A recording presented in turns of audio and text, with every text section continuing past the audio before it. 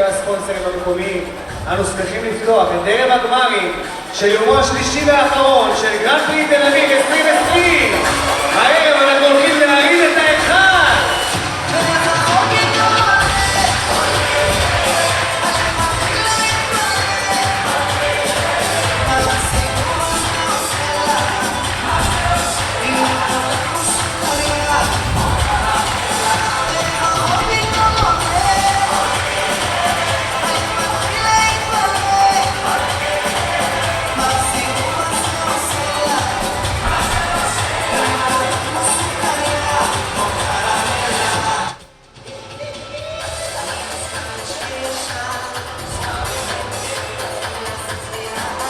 קהל יקר שהשעון יראה על 10 שניות, אנחנו נספור לאחור בקול רם.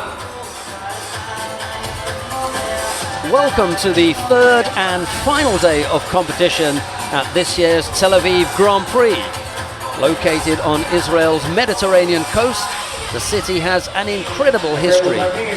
Its growth and development is reflected in its diverse architecture, boasting both world-famous historic sites alongside the strikingly modern.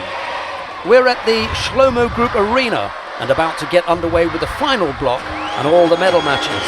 The first of which is a bronze medal match in the under 90 kilo category featuring Piotr Kutsera of Poland. He'll be up against Davlat Bobonov of Uzbekistan. It'll be Kutsera in the white judogi and Bobonov in blue. Referee in the middle for this one is John Ramakers of the Netherlands, and with commentary on this and all upcoming medal matches, it's a very warm welcome to multi-medal winner on the IJF World Tour, Esther Stoll. Good afternoon, Esther. Good afternoon, Sheldon. It's the last final block of this tournament, and we got a really good lineup, I think. The 90 has been absolutely amazing today, and I think the crowd is waiting for the other categories, for the men at least, with 2 Israeli in the final. That's gonna be good. Yeah, it's easy for us as commentators to introduce things and tell you what a fantastic day we've had and how great it is and everything. Today is a little bit special. We're on the edge of our seats. It is an absolute standing room only crowd. There's not a seat left in the house as the Israeli supporters pack the place in anticipation of medals on this final day. But before that, we are underway with the first of the bronze medal contests.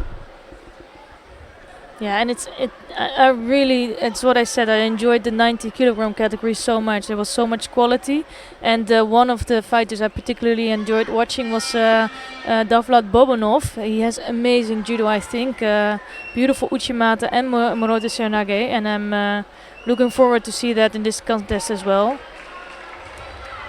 Although Kutsera, he's a tricky athlete, he's really tall, and coming in with that leg for uchimata, he's bringing some judokas into trouble. And here you can see that really nice entrance for that uchimata.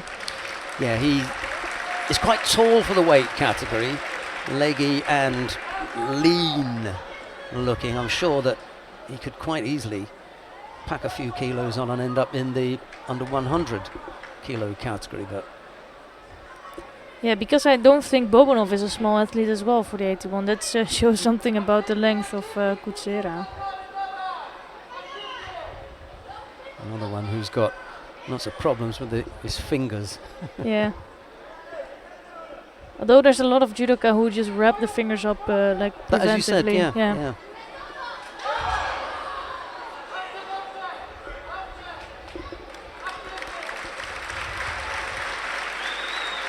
This is also what I love. You see a really good attack or a good action, and the crowd really appreciates it and gives us an applause.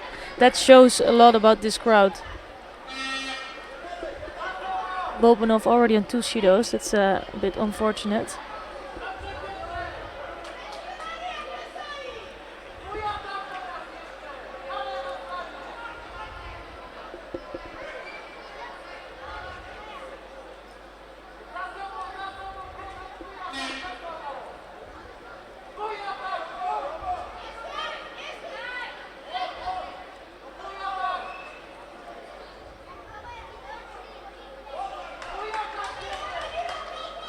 I would be so disappointed to see this contest being ended with Judos, because Bobanov is sometimes a little bit on the edge, but they both have such quality judo. You just want to see a score coming from this contest. I was thinking exactly the same thing. They're both attacking fighters, and a couple of errors have made the scoreboard look rather unattractive. Yeah. But it would be good to end this with a positive score. Yeah, they can both do that.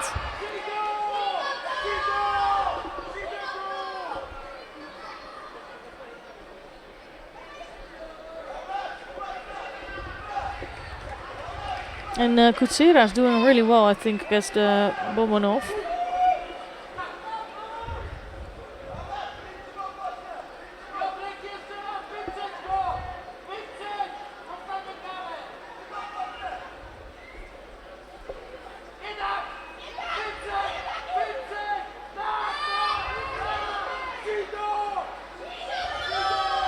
Yeah, Bobanov is struggling to come in first. He wants to put his hip in and throw in his Uchimata. But Kutsera is the one that's doing it. So he must watch out to not look too passive.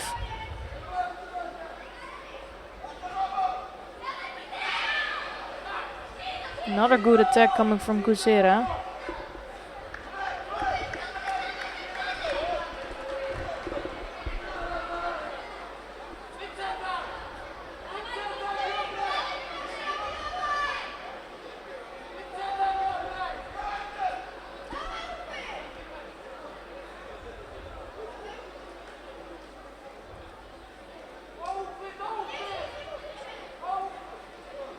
You can see that Bobanov is trying everything to get closer to Kutsera, but I think Kutsera is doing a really good job with his kumikata. In some other contests you could have seen a really beautiful Morote from Bobanov, but doesn't come close to that technique.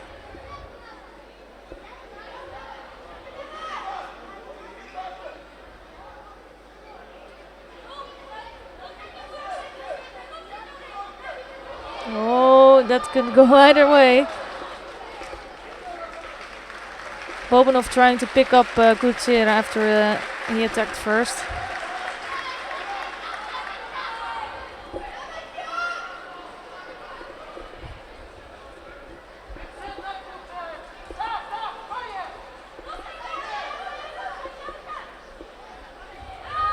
And another good attack coming from Kutsera, and he makes Bobanov look a little bit passive.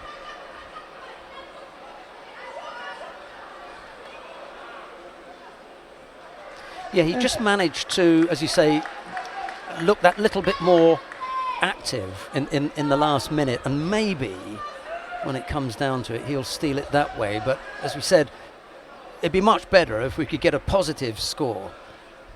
Bobanov has picked up 2 penalties, perhaps now going into the golden score period, because that's where we are now. He'll feel that he has to open up. A single Shido is going to, get him. He'll lose the contest if he picks up another Shido. Perhaps he'll just open up that little bit more, and that'll be enough for Kutsera to take over. Yeah, that already almost happened once, and you could feel that he's already under pressure. Especially when Kutsera keeps attacking like this. Oh, you can see it can go both ways, really. Bobanov trying to find the right posture to take over Kutsera. But in the end, it's Kutsera who comes up with another attack. 20 odd seconds of golden score. There's really only the one exchange between the pair there. You just get the feeling now that if Kutsera is able to control this next, and he isn't, because there's the opening. Exactly what you said. Well, he had to. He was under pressure, because even if he didn't attack, the attacks were coming from Kutsera, so he was likely to pick up the third Shido. That opened it up. He came up with the Uchimata attack. It wasn't strong enough. He got countered, and there was the positive score that we were looking for. Yeah, really well done by Kutsera. I think he was really strong all day, and he's deserving this bronze medal. Still impressed with Davla Bobanov, but you could see he could not get through the grip of Kutsera. Kutsera was too strong, keeping him at distance. and I think that's the best thing to do against somebody like Bobonov. I don't think I'd go so far. Well, I was just thinking as far as to say that he was an awkward fighter, but he's certainly unusual for that weight category. Yeah, I mean, I think so too. Guat Donghan is quite tall. He's even taller. Kutsera just brings him down onto his side and then onto his back. That's enough to pick up the score. And I think the difference between his athletes is that Bobonov could not control the kumikata. Here you can see it as well. He had to do something without having a good grip, but if he didn't, he would have picked up a Judo as well for being too passive. Yeah, really tactical, strong fight by Piotr Kutsera also.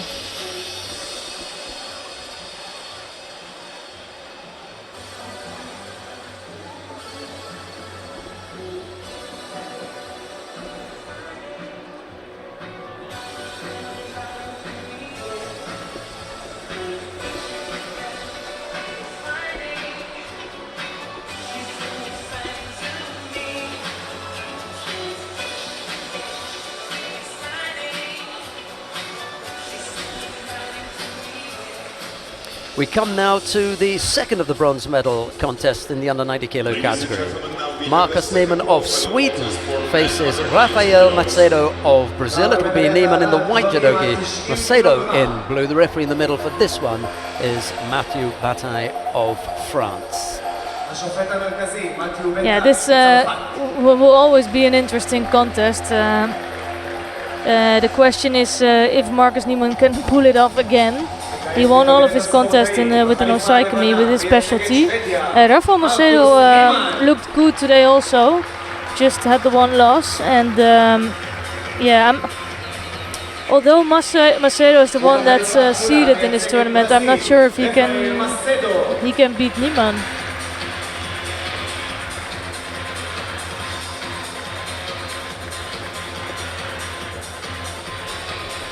And we spoke about it this morning that Niemann was just out of the seeded spots. Now he picks up a 5th or a 3rd place in this tournament.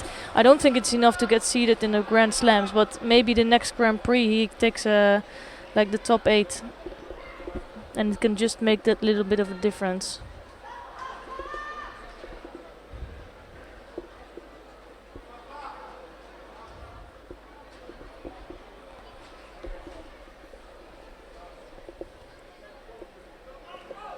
Again, here two completely different styles. Macedo likes to do a lot of tachiwaza. There's a good uchimata, and then Niemann is all about newaza. He can do tachiwaza as well, so he does make scores, but like by far the most he will win with the newaza techniques.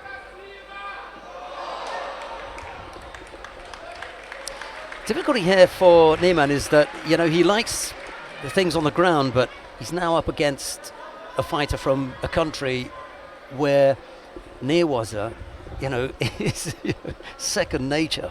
So it's not going to be, as it has up to this point, as easy for Marcus Niemann, because he's put away a couple of people today. I don't want to be disparaging to previous contests, but they haven't been able to live with him on the ground. Macedo is a different kettle of fish. Going to be a little bit more difficult.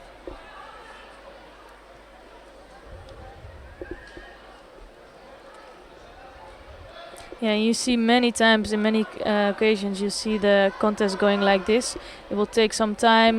Now one sheet on the board for each fighter, and it shows how difficult it is to make a score against Niemann.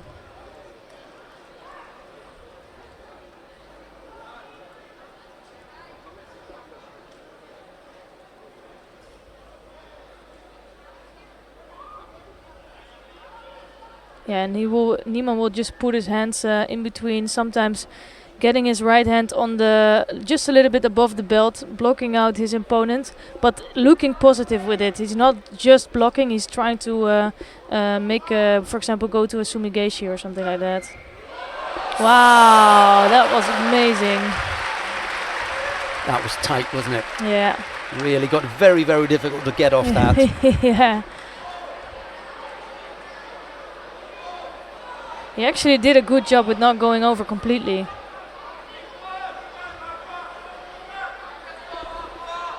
Time to just gather himself here. Take a look at the clock. Minute 52.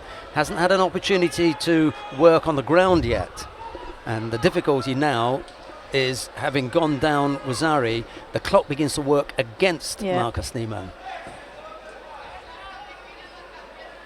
Yeah, he needs to have patience, but he also needs to not have a score against him, because then he can just keep going. He doesn't mind getting into golden score for 1 or 2 minutes, but now he can't. You'll see he will try to put more pressure on him. Ooh, nice, really explosive moves by Macedo. Quick work from him.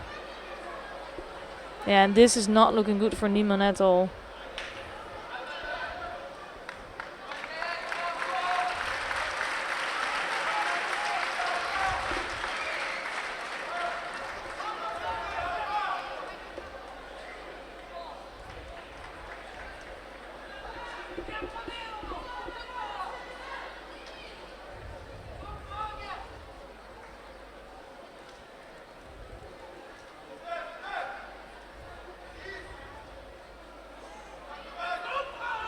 So Niemann trying to put pressure on Macedo.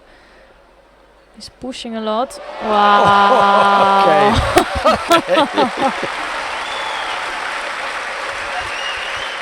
Oi, that was really, I think that was one of the throws of the tournament. No defense from Niemann whatsoever.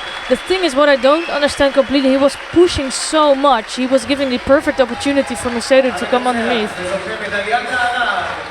Wow. I'm going to agree with Esther Stam there. The finality of that technique happened as Marcus Niemann was airborne. You could see that this was only going to end one way. Sometimes there may be a spin-off or the landing is different, but once he was, And to be fair, he knew it didn't matter because he already was Wazari behind, Yeah. And there was nothing in the body that suggested any kind of tension to try and get off it. It was as though, okay, I'm gone here. Look. Wow. Yep. That was the first score. Oh yeah. Right. But that was also it was really good. I think he got a little hit to the shoulder with this one. Yep. Yeah, here you can really see that he's still trying to get out of that. Yeah. Yeah, this was beautiful. With the foot, did something. Yeah, he looks defeated.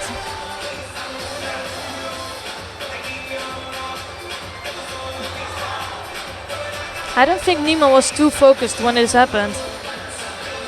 Maybe just thinking about switching direction or doing something there, but it was a really good moment for Macedo to get underneath. And also, if you look at his hand, it's up. And it's just a really beautiful moment.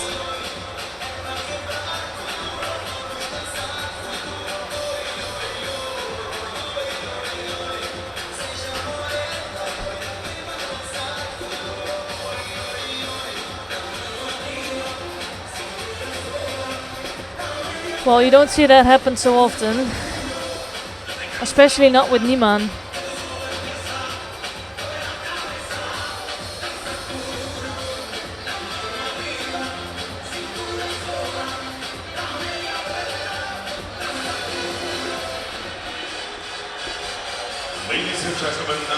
Well, we come now to the final of the under 90 kilo category. Gwak Donghang of the Republic of Korea faces Mikhail Özler of Turkey.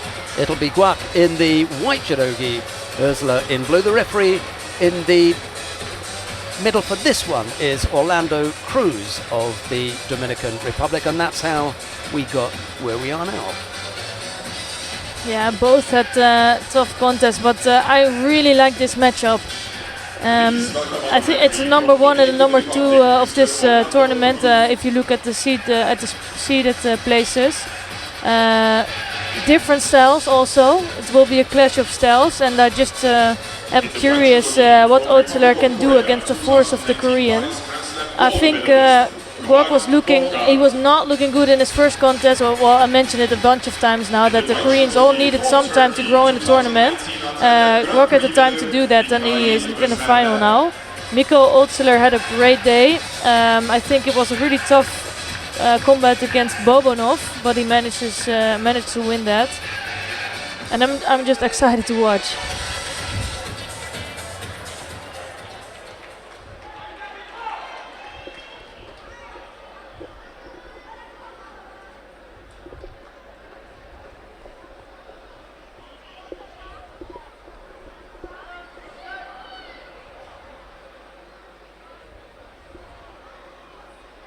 Yeah, let's see if we can get another throw like that, like in the last contest.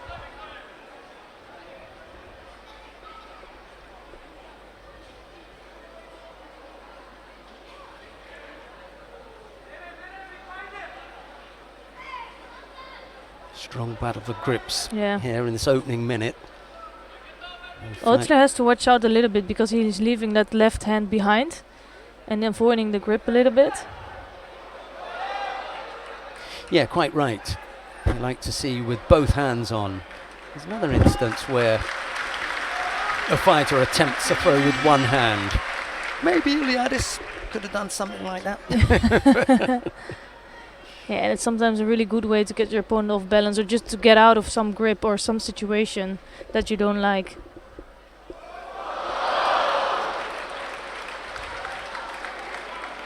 Yeah, Wok is really known for that, to drop underneath really fast. Sometimes he doesn't even have a good grip, so that's why he cannot really control Oetzler on the way down. But still, it's a good attacking for Wok.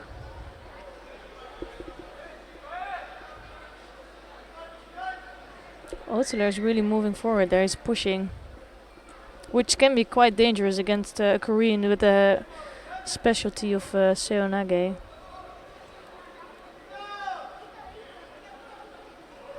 Second attack for Guokin.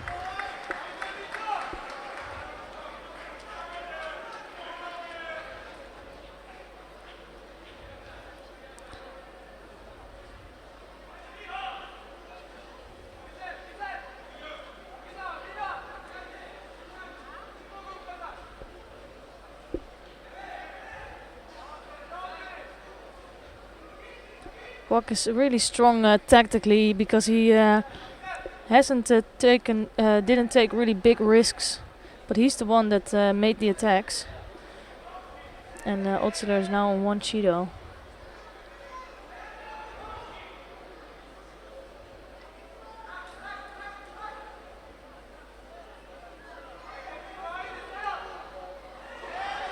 Little stab at Koji Gari from Oetzler. Just had quite stumbling backwards for a moment, but no real chance of coming up with a score there. Oh, that's a good grip for Guok. He has the lapel of Oetzler.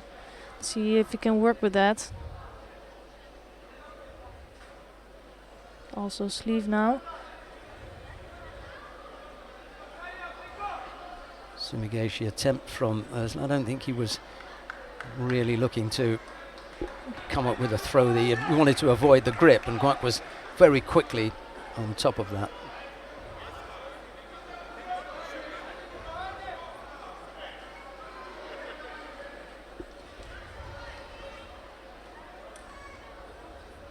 Yeah, still the one Judo difference and no big attacks yet. I think this is mainly about getting the good grip to come to an attack.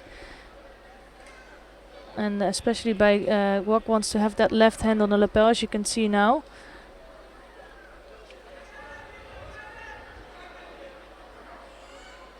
And here you can see that Oetzler really doesn't like that grip.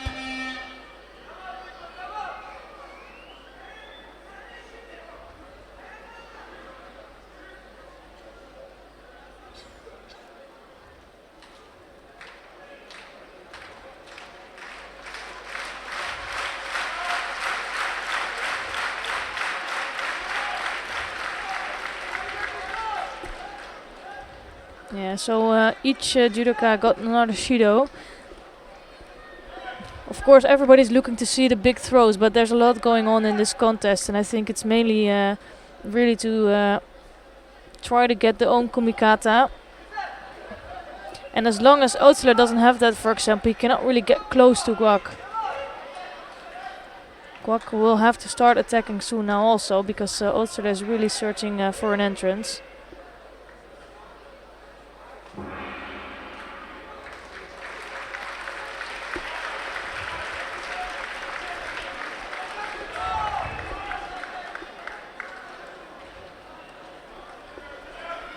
Golden score.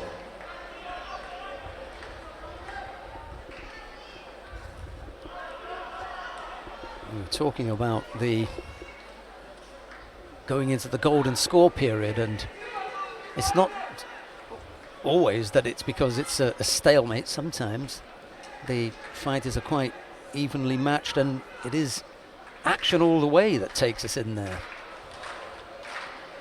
This time I think it's going a little bit more towards being evenly matched. It is. I think both of these athletes are really high quality fighters, and sometimes it's just difficult because you need, if you want to have a good attack and not a false drop or anything, you need your own kumikata, and you need, for example, Oetzler needs to get closer to Guak if he wants to make a proper attack. Yeah, that's it. I think it was all the way, like the whole contest, it was Guak that was controlling the kumikata, and Oetzler never really came close. There was an inevitability about the technique, because that is Guak Donghang's go-to technique. It was just a question of when he was going to be able to launch strong enough to get past the defense of Michael Oetzler. Yeah. 49 seconds into the golden score period, Guak Donghang came up with the winning technique. The gold medal goes to the former world champion Guak Donghang. He came in here as the #1 seed, so he's done exactly what it said on the tin. Yeah, doesn't always happen. You see that in every tournament, but I think he delivered and he looked really good.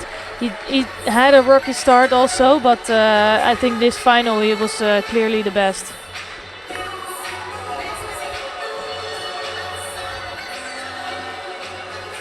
Dear spectators, you just see the highlights of this final contest on the screen.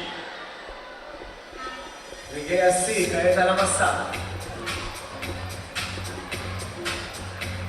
Yeah, beautifully done. He has to be one of the best exponents of that technique. Timing, Yeah, and also positioning. yeah, but he's sometimes his hips are not even underneath completely. You see that here, you know.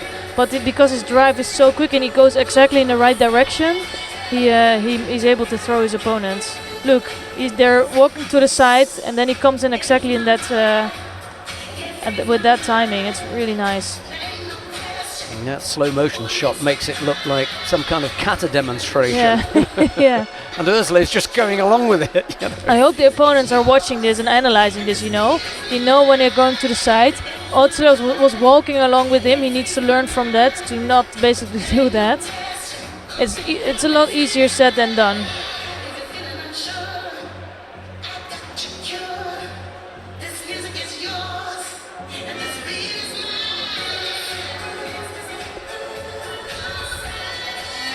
We come now to the first of the bronze medal contest in the under 78 kilo category.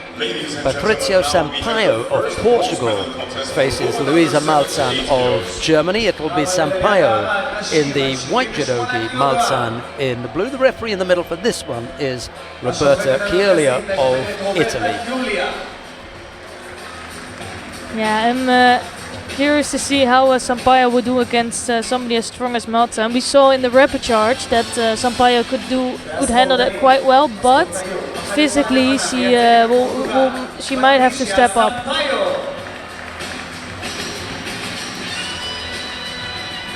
But I think actually the way that Malzahn is performing is not as good as we've got to know her, and that gives chances for Sampaio.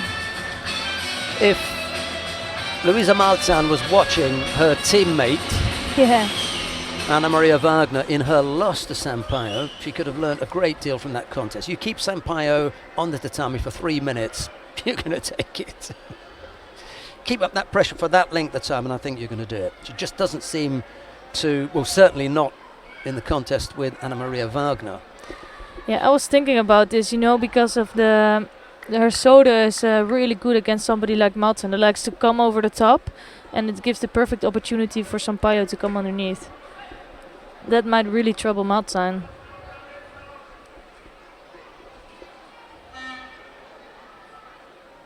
Yeah, but interesting to see what tactics she employs, Louisa Maltsen.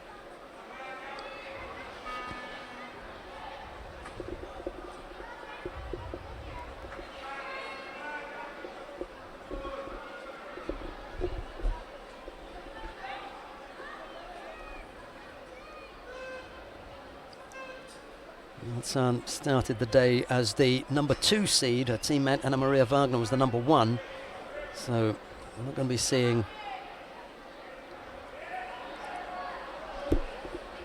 be seeing Wagner on the podium. Maltsen could still make it.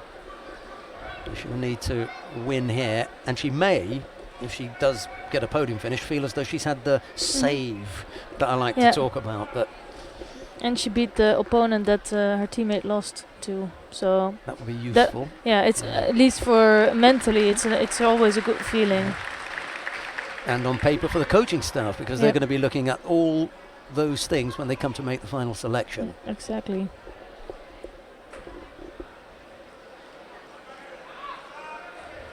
Needs to go now. She's going to use that arm. Makikomi right-sided, but she was falling away. So. But I've seen that a lot from Maltsen today, that she's coming in for a technique, she doesn't look too convinced, and she's collapsing quite quickly.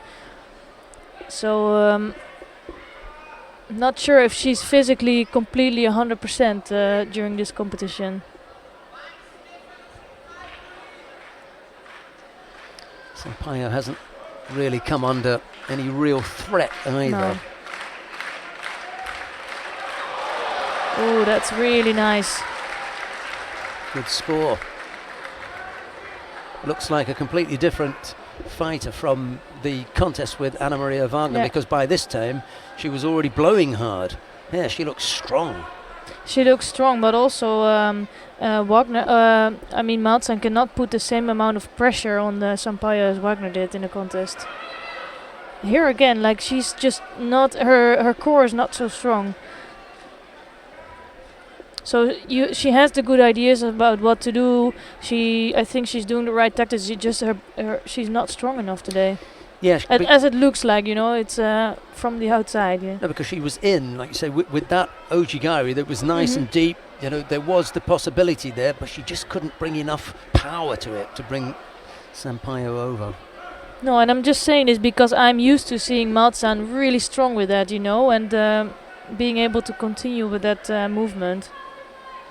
Also here she's getting caught with her arms, not able to lose that grip, and it's exactly in the hands of Sampaio. This is the way where she wants it.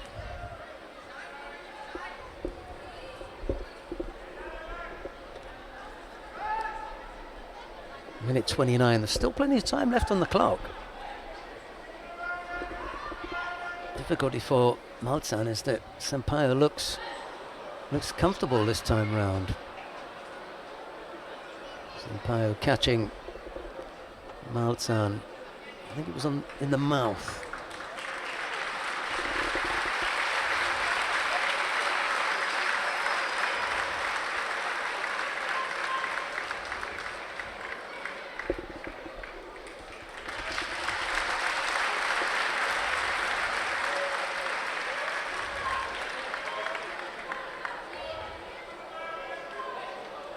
Give some time to Maltsen also to refocus. Yeah, maybe put a bit of fire in the belly. Yeah.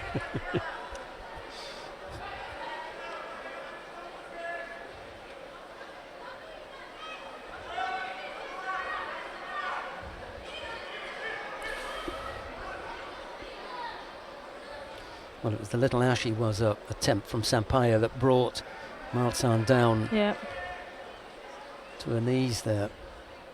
Had to turn off that. And as a result, maybe lost about 10-15 seconds on the ground. A little under a minute left to go, and she picks up a second Judo. And given the state of the contest, the last penalty that you would expect someone to pick up is a penalty for passivity. Yeah, exactly. Being the one that is supposed to chase the other one for to get back that score. The work rate from Sampaio here has been terrific. Yeah, it has been. And no issues with being tired at all. Looks fine. Strong. Yeah, the only thing she should not do is engage in something like that with Malzahn. She just needs to keep her distance, try to control the arms, maybe come in for another Seoinage. She can even burn off a Judo if she like. She can burn off 2. Yeah. So, yeah, things are looking good for Sampaio. First Judo on the board now.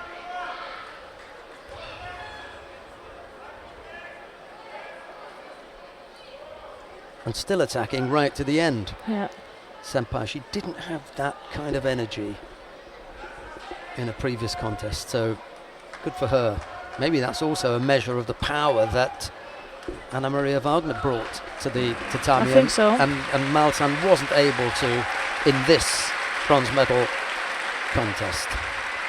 But especially if you look at also at that contest, that's why I'm curious, because I think Malzahn and Wagner are quite the same, have the same physical strength. So that's why I'm a bit surprised to see Malzahn like this. And I've seen it all day. I'm tempted to ask what's going on. Might be nothing. Might be just having an off day, or she's still fighting for the bronze in the end. So it's not a bad result to get a 5th place. But I'm just used to seeing her in a bit better shape. Patrícia Sampaio of Portugal comes up with the win and takes the bronze medal. Yeah, and she's just upcoming. I mentioned her this morning as well. I really like the way she fights. She has good technique. She's still really young actually, so I'm just looking forward to see her in the next tournament. I think with this, Portugal has a really good 78 kilogram athlete. The first of the bronze medal contest. You can see some of the highlights of this contest on the big screen. Richiesti alla Massà.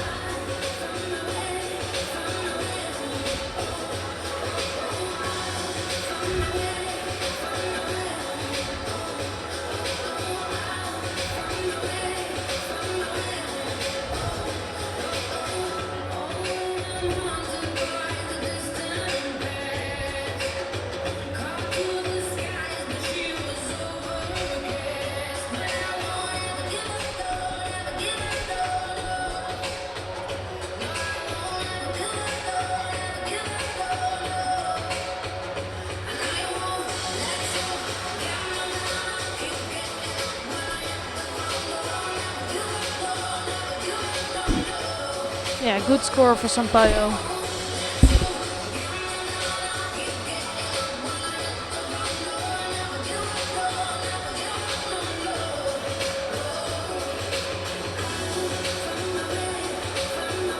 We come now to the second of the bronze medal contests in the under 78 kilo category. Patricia Broli of Slovenia faces Yoon Hyun-ji of the Republic of Korea. It will be Broli in the white judogi, Yoon in the blue. The referee in the middle for this one is Turbat Ensetsek of Mongolia. Yeah, Yoon has had a really good day, beating Shmeleva, Takayama and Wagner in the earlier round. She's losing, I think, a little bit on. She was outpowered against Graf. And then you have Patricia Broli, who came out of nowhere today. First competition in the under 78 kilogram category. And I don't think she will go back to the 70 again. No need now, having shown her ability to mix it with some of the best. You might as well stay here, get strong, get comfortable. Got plenty of time in the weight category. See what you can manage. Yeah, for her, I think to be already at this stage, it's a really amazing result.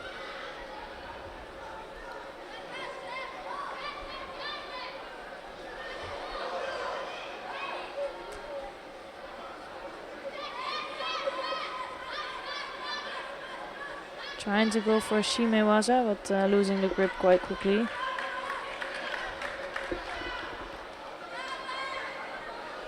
Well, the first thing that she managed to do was to avoid going over Yeah. to the technique, and then there was still the possibility of even coming up with a tip. Didn't happen, but she didn't get scored on. I think Yoon is not the typical Korean style athlete that you see. Coming in with those uchimatas, you don't see that so often. Normally they are more a fan of the lower techniques.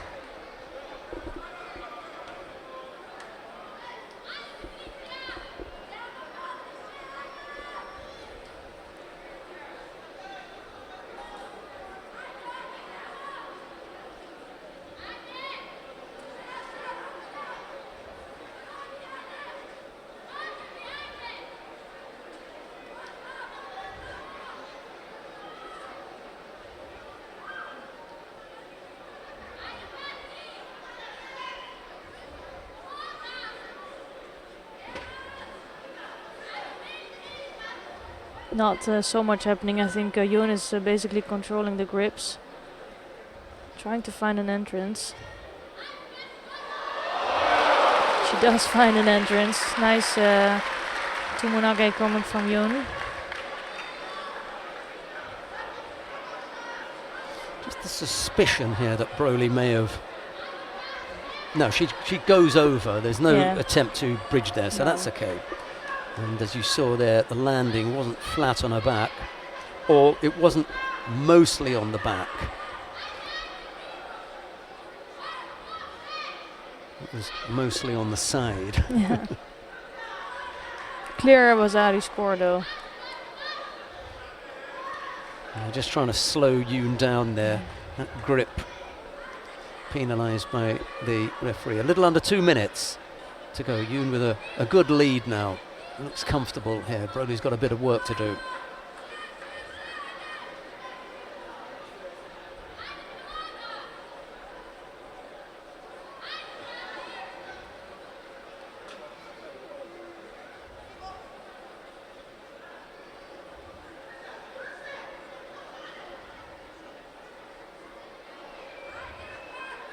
Yeah, I think Yoon, of course she wants to finish it, but she's also just controlling Brolin. And I don't think at the moment Broly has enough to offer. Never know what's gonna happen though. I've said that a bunch of times and then Yoon ending up going over. But that's not gonna happen now. I think Yoon was just too strong for Broly here. Yeah, there was a point at which Yoon began to look as though she was also aware of Broly's shortcomings and began to set up to say, okay, I'm going to finish this now. That's not taking anything away from Broly, because we know that she's new in the weight category, so inexperienced. Yeah. And she really surprised me today and impressed me also. She showed really good fights, and she can be really happy with a 5th place finish. Yoon also has to be really happy because she's the Korean that's ended up on the podium, and she still has a battle to take with Lee Lyung-jung of Korea, and they're really close in the world ranking, so good medal for her.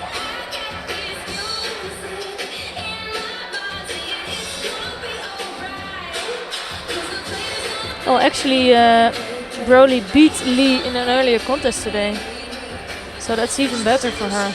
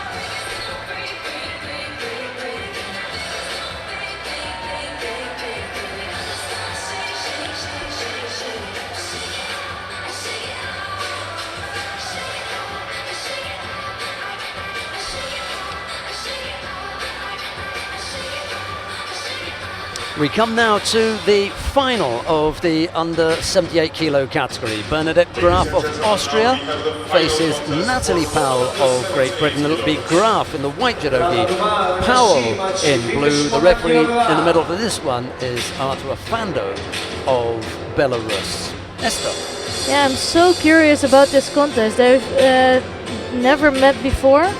Natalie Powell is having a really good day, beating Malzahn, and she lost out to her so many times.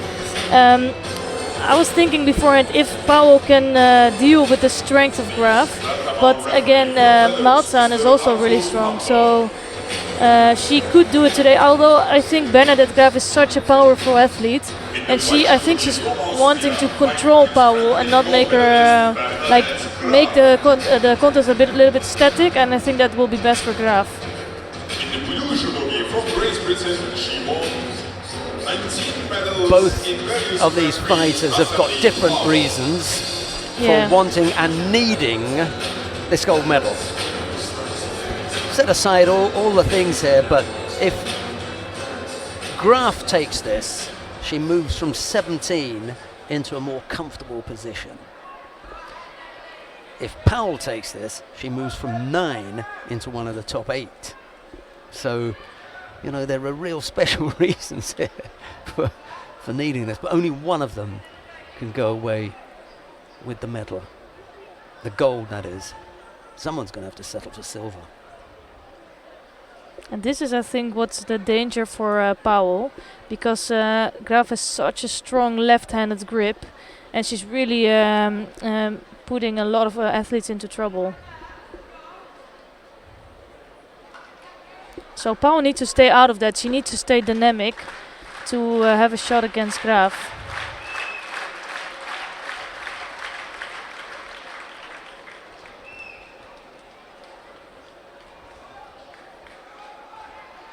Well, this is a better grip for Powell. Yes, now it's Powell's turn to dominate the grip. She's completely dominating Graf. Yeah, that's really nice. And I am quite surprised to see Powell dominating Graf like that. That shows a lot about her shape and how strong she is today. And this is also why... Ooh, that was pretty close to a nippon. Haramaki Komi from Natalie Powell. I can't remember a better performance from Powell. She really has looked good today. Yeah, and the thing is, what's going for Powell is that when she does have a good grip, she has a good scoring ability, and this is what is the problem actually from Graf. She can really control those grips, but she has a lot more trouble to be dangerous from that position.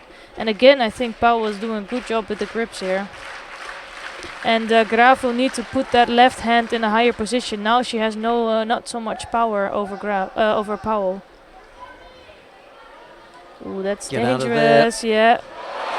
Ooh, amazing. Nice change of direction as well. I am so impressed with Natalie Powell today. Yeah, looked a slightly different fighter. Really confident, moved well, threw beautifully today. Really did. I think that's the best performance from Natalie Powell. Me too, I've never seen her this good.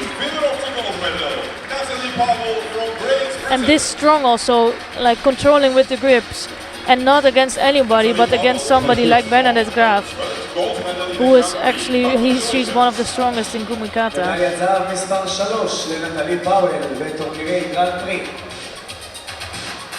A third Grand-Prix gold medal. Happy Natalie Powell.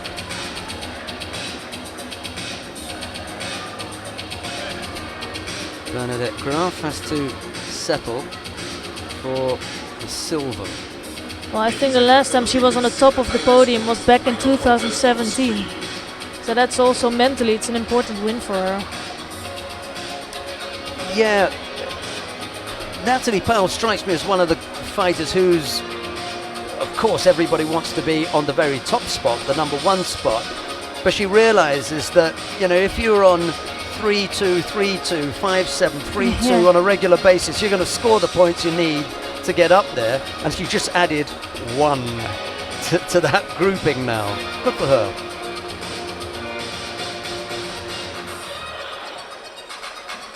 Well, the likelihood is that with that win, she's going to move up a couple of places. It will be a top 8 spot for her now. She'd love to be able to hold that all the way to Tokyo, but she's got to hold it until May. Well, and then after that, it doesn't matter. But I'm not so. I don't think there's any danger of her qualifying or not. The qualification is not the thing. I know you're Now speaking about the top 8, but then again, in the end, you want the best shape in August. Yeah, I'm just then saying that, I know what in May, that's the cutoff. Yeah. Anything can happen after that. She does all the places that you are saying, look, go there, do a bit here, do a bit there, this training camp, that competition perhaps. But by that time, the cutoff period has passed in May, and whatever your points are, that's where you're going to be. And if she can be in the top 8 at the end of the qualification period, I think that will really set her up well. Won't have to face 1, 2, 3, 4, 5. Let's say she was 8. She won't have to face 1, 2, 3, 4, 5, 6, 7. Avoid the top 7. And that's a really good thing in the 78 kilogram category, especially. Well, because I really think it's less broad, or how I may say it, like the less top. Depth. Right, we come now to the awarding ceremony for the men in the under 90 kilo category. Ladies and gentlemen, now the awarding ceremony for men under 90 kilos. טקס חלוקת המדליות, גברים עד 90 קילוגרם. The medals will be presented by IOC member and Vice Chair of the Coordination Commission for the Games of the 32nd Olympiad, Tokyo 2020.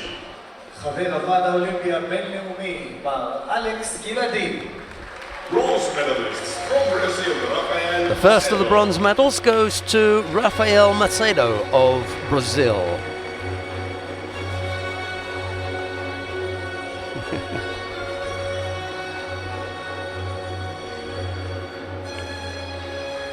And from Poland, There's a bronze medal also for Piotr Kucera of Poland.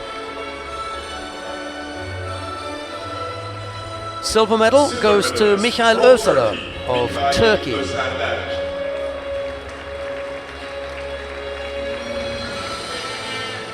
The gold medal goes to Kwak Donghan of the Republic of Korea.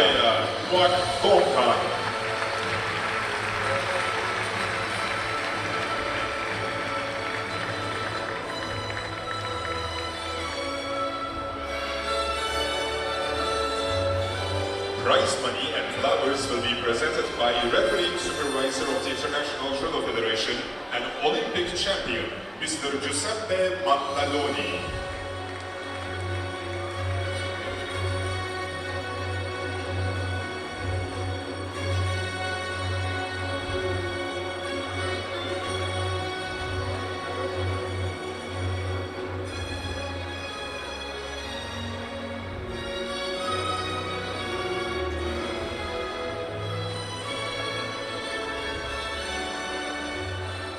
Now please all rise for the national anthem of Now the the Republic of national Korea. anthem of the Republic of Korea.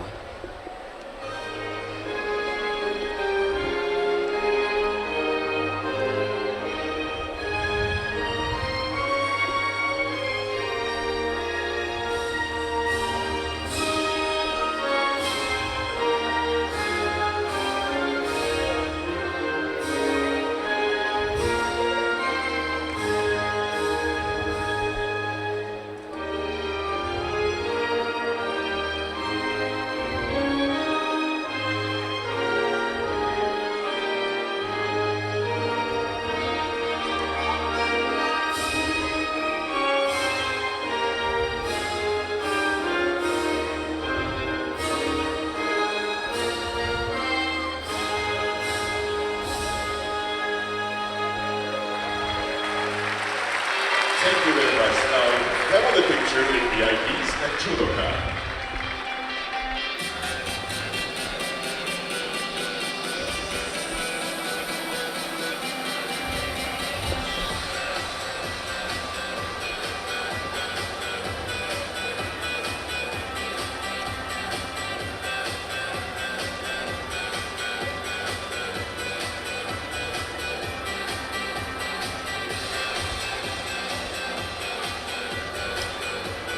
There's the winning quartet.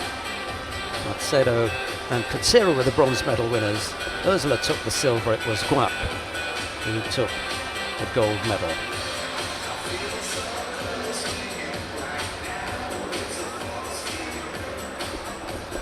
Right, we come now to the next of the weight categories. This is the under 100 kilo category, and the first of the bronze medal contest features Kasper Chirowski of Poland. He's up against Karl Richard Frey of Germany. It'll be Chirowski in the white judogi, Frey in blue. The referee in the middle for this one is Ioana Babiu of Romania.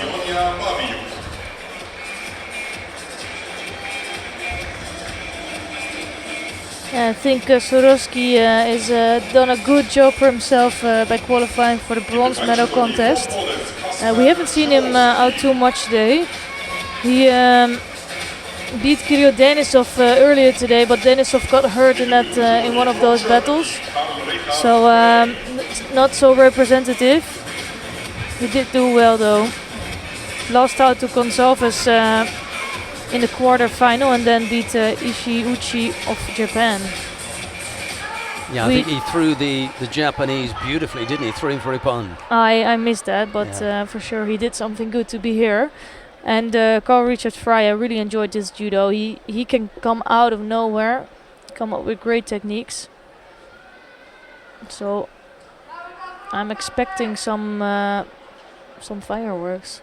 Let's see if that happens. Karl Richard Frey had a really exciting battle, nail-biting battle with Peter Palchik in their contest. Palchik having just enough to get past the German in the end. Yeah, but it was one of the best, I think the best fights to watch. Also because of the crowd being so engaged. And it was just really beautiful judo. It was going either way and really exciting to watch.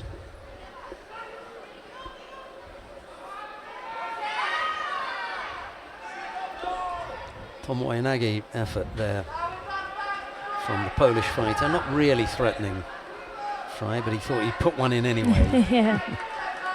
Well, it's another attack in, and it's a good attack. So Frey has one shield on the board now.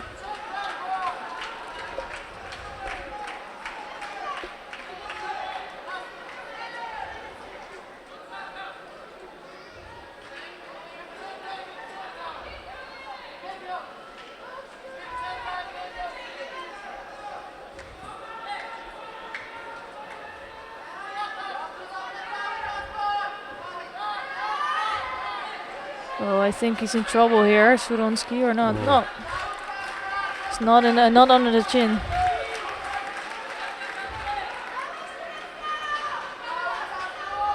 So I think Suronsky is doing what he can, and he's doing a good job. Just keeping active, trying to get Frey off his game.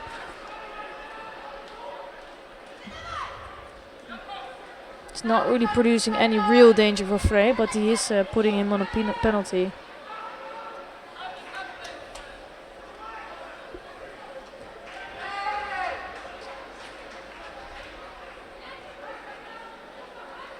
Now himself picking up a Shido, so it's a Shido each now.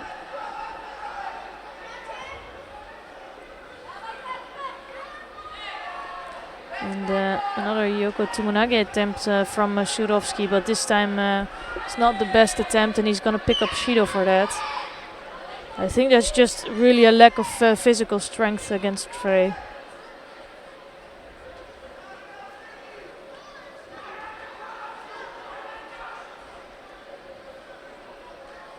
It was also poor. Yeah. I think he realizes that that was really not good. He's gonna get away with it, but that's not gonna happen again. Yeah, there was a little more of Karl Richard Frey avoiding that, Yeah. and maybe that's why he just got away with it. But it did look pretty poor.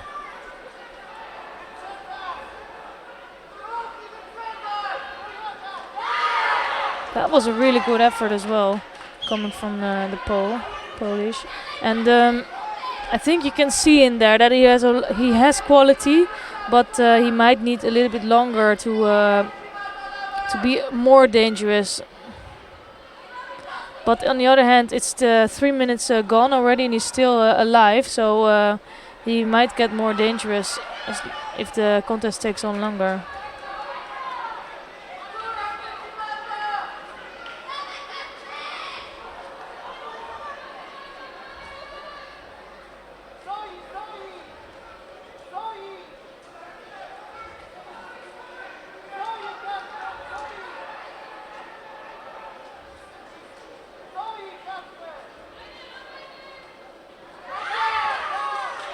Again, it's not a really good. It's not the best attack, but it's another attack coming in for Shudovsky.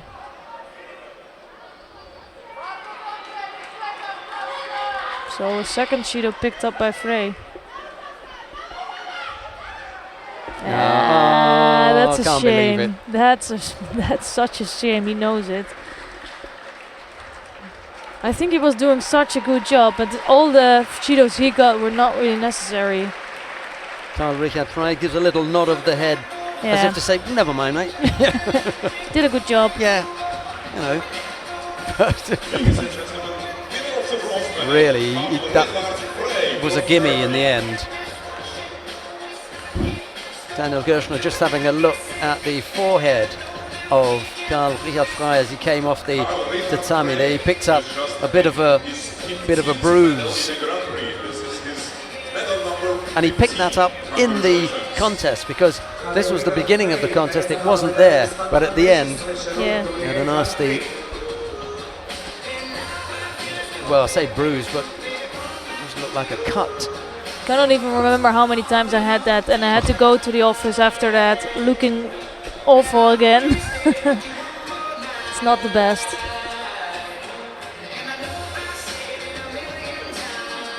Maybe it was just his hair hanging down, that was all. Well, I think he has some scratches there. Yeah. Right, we've got the second bronze medal contest coming up now. Rafael Buzzacarini of Brazil faces Daniel Muketa of Belarus. It'll be Buzzacarini in the white judogi, Muketa in blue. The referee in the middle for this one is Raul Camacho of Spain. Yeah, Muketa was having such a good day today, beating the number 1 seed and then going out a little bit unfortunate against Leonardo Gonçalves. And I think he also was hurting a bit in the semifinal, so I hope he fixed that and he can give a good fight here against Buzzacarini. I think Buzzacarini is starting to get more constant in the 100 kilogram category. You see him often, you see him in the top 8. I just don't know if he has what it takes to really get to the medal stages at the really big tournaments. I'm sure he's been up there, you know, before in Yeah. the ranking list. It'd be interesting if you could click on there somewhere and see statistics, and you get their ranking list over a period of time. You know, say let's have a look at their ranking list between 2012 and now, and see how high they've been or where they've dropped to, that sort of thing. Should we talk to our tech people about that? Yeah, I think Sasha Sindic might have to do something with that. But I think they build it in an absolute great way. We can check a lot of results and contests.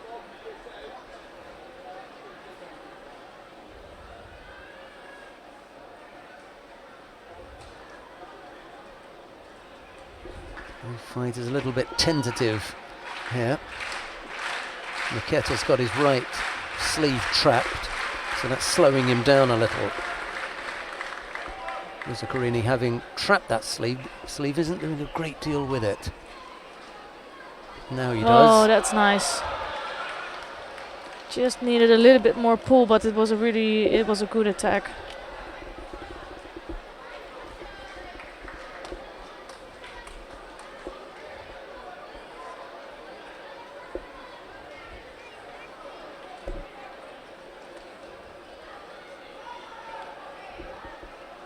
You see that Buzakarini didn't get a big medal yet at the World Championships or Olympics, but now I'm checking who he fought in the last few big tournaments. Masters, George Fonseca, Grand Slam Brasilia, Ida Kentaro, World Championships Tokyo, Elmar Gasimov. You know, he's he's not losing against the Keep least. pushing, Oh, almost. that was so close. Nice attack from Mukete. Really good looking shape to that.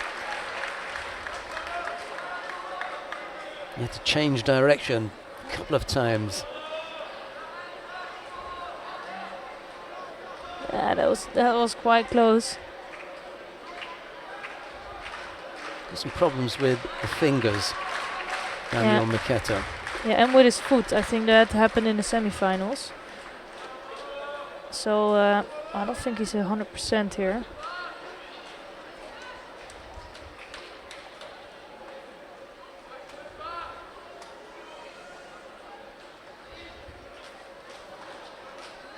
Yeah, the top half of the body is going across, but he's not moving the feet there. He's going to have to do a little bit as Buzakarini did earlier on and get right underneath. If not, he's not going to be much of a threat. Picks up a second penalty. Half the contest still to come.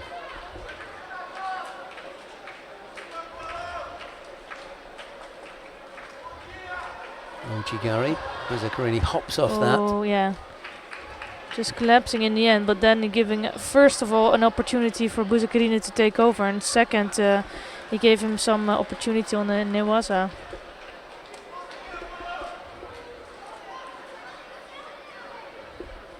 Still rubbing his hand. Yeah, he is. Fingers giving him problems.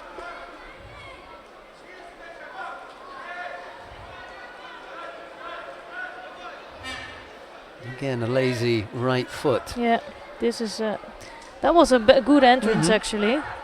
Well, the top half looks good, doesn't it? Yeah. The feet look a little bit displaced. Why not? He was still in Tachiwaza. Yeah, it was a good. Give that a try. Yeah.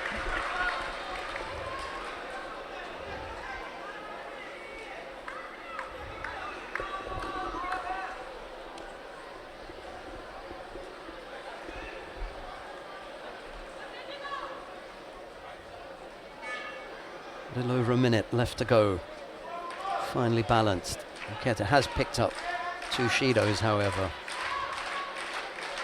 Single error would put him out. Won't have to worry about it now. No. Good Trying score. to escape that, but no way out of that. Buzakarini looking to finish things on the ground. Muketa looking to escape. Really, yeah, but he was not. Yeah. He was not focused. He's fallen. How can you fall into Sangaku Gatami? That is. Yeah, but I think he was already feeling like he Yeah. was defeated. Seriously, I think after he got that score, he was completely out of it, and that must hurt. You know, he had such a good tournament, few good fights, and then you leave empty-handed with some minor injury, maybe with a little bit of hurt body. Yeah, that's not the best. Does pick up some points though. I was just about to add, the only bright thing about this is the fact that he will pick up points for a 5th place finish. But as you say, it's a medal that he would have liked to have gone home with. It's Buzakarini who's going to take you back to Brazil with him, however. Yeah. Well, a really good result from Buzakarini. He was looking strong today.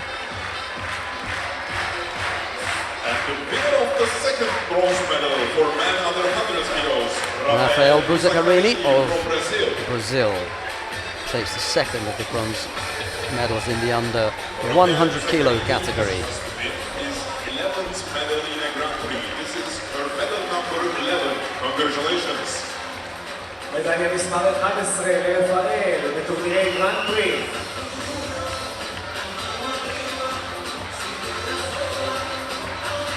The Brazilian coach just saying to Buzzacarini, I'm going to leave you to celebrate.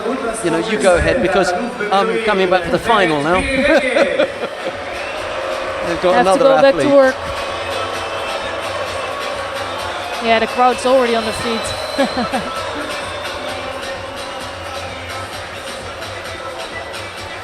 Yeah, there's a stirring, there's a hum going around the venue.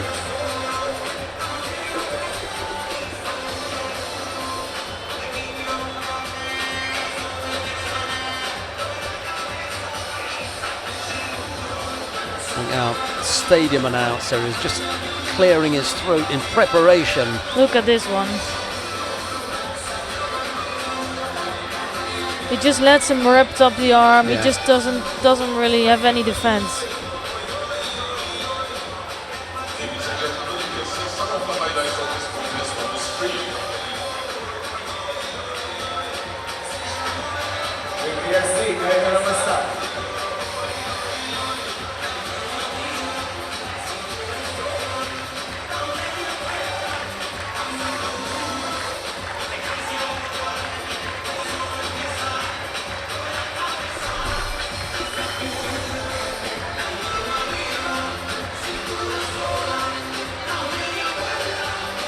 We come now to the final of the under 100 kilo category. Leonardo Gonçalves of Brazil faces Peter Palchik of Israel. It will be Gonçalves in the white judogi, Palchik in blue. The referee in the middle for this one is Ramzi Shamirov of Tajikistan. רמזי שמירו מטאג'יקיסטן. Yeah, I think Peter Palchik is all fired up by the crowd. He really used that well in his last contest. I think it helped him a lot. And he's been looking good today. And then we haven't seen so much from Leonardo Gonçalves, but I'm really interested to see that.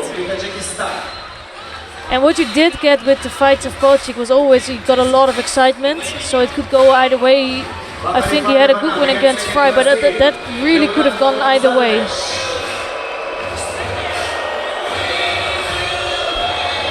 That's the first time that I've heard that Me too. in 3 days. Not sure what that's about. Maybe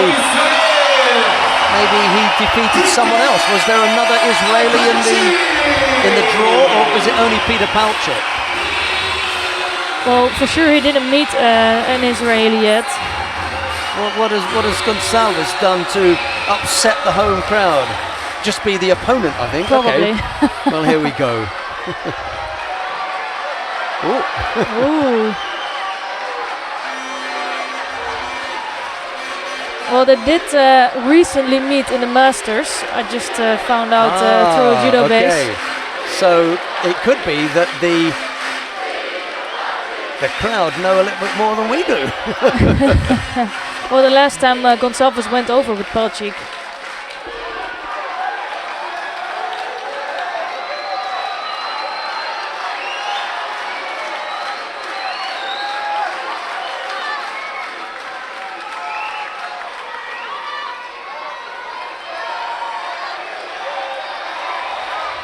He really wants to try to throw big before his home crowd, you know, in front of his home crowd. That was a little bit too far away, that entrance. Yeah, he's done that a couple of times today. Ooh.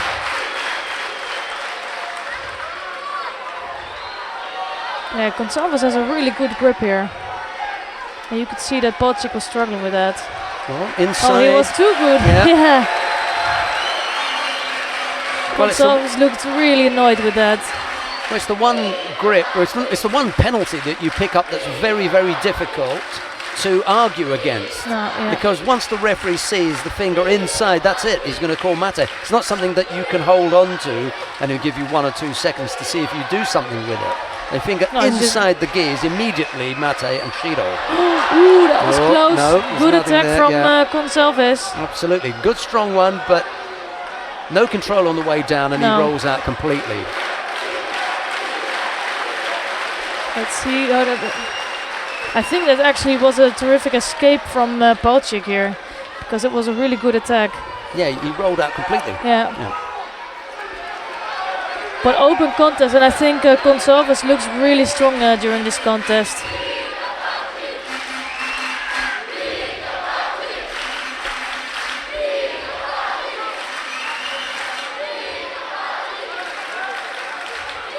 Every time the crowd has cheered for Palcic today, he's come up with something spectacular to satisfy them.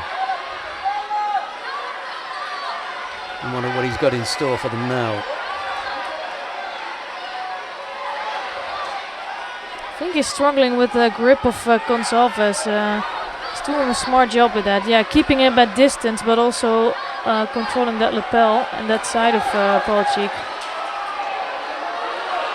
Oh, that looks dangerous as well.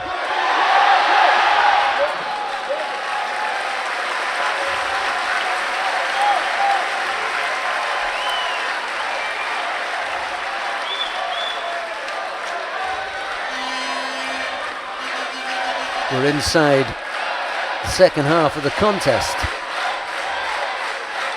Got to see what Gonçalves has got at the back end of the contest. Arms may not be as strong. No, and that will give a lot more opportunity for Palcic. Exactly. And that's what we're talking about now. You know, early on in the contest, he looked really threatening. And now, but still, Palcic almost took him over, but he was in danger of then falling in the end. And this is what I love about these kind of contests, because you can just feel that something is in there, and you don't know which way it's gonna go.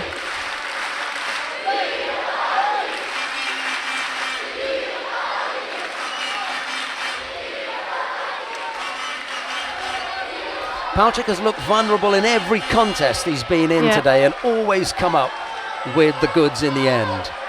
I wonder if this is going to go the same way. Just trying to find a way for an entrance here.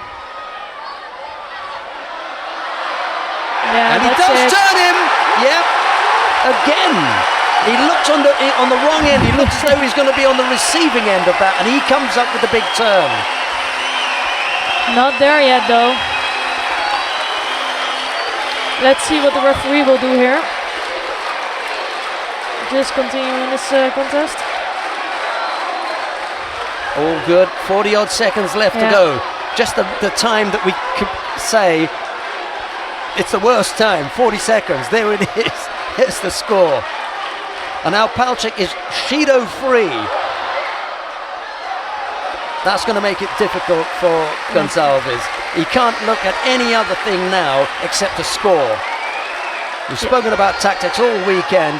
Palcic, if he just has 1 second to look across at the scoreboard, needs to know exactly what to do. Close things down here. Got 20 odd seconds to keep him out. You can pick up one penalty for passivity and one possibly for an overly defensive posture. You take it.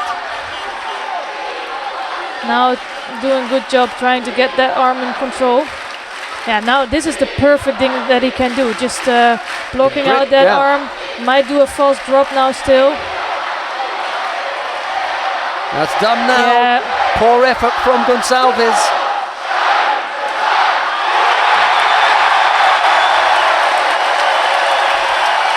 Yeah, the crowd is on their feet.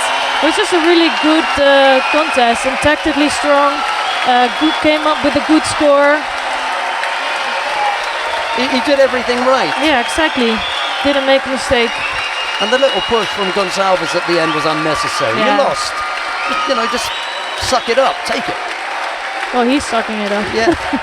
Well, not quite. Yeah. There's a little bit more. He's got to leave the arena first. Yeah. He's got all that to come.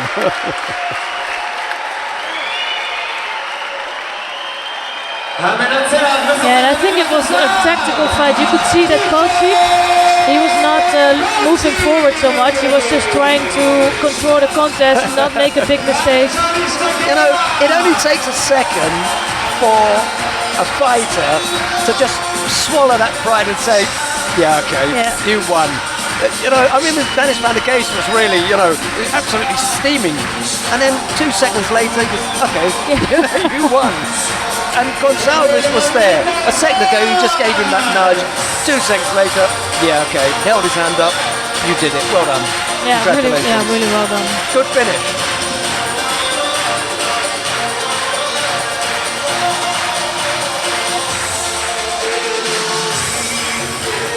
Well, part one of the dream finish for Israel has just been nailed down. Peter Palchik wins the gold medal in the under 100 kilo category. They've got a chance again in the last contest of the day, but we won't come to that quite yet. We'll just enjoy the highlights from this one.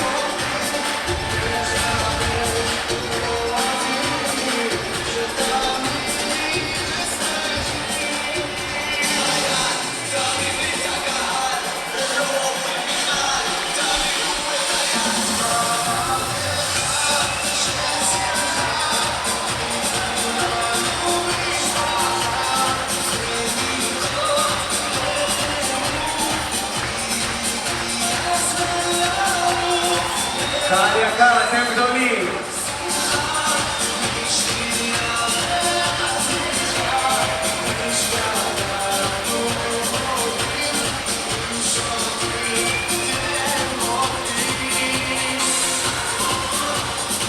Well, there are going to be plenty of celebrations in Tel Aviv, right across Israel tonight.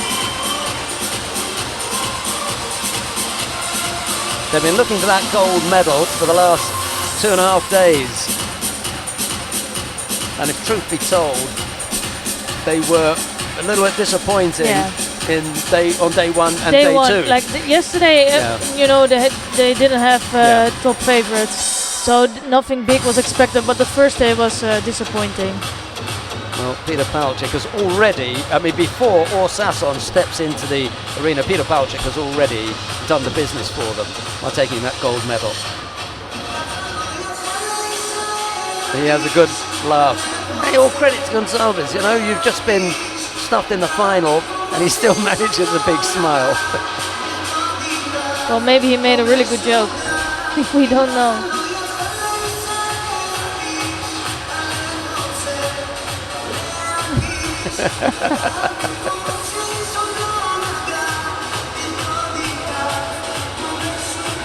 Good one, good finish.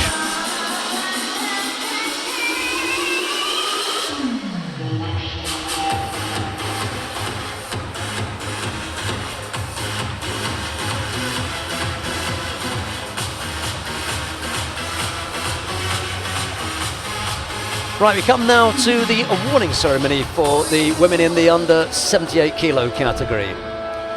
The medals are being presented by the former world champion and head refereeing supervisor Daniel Laskow.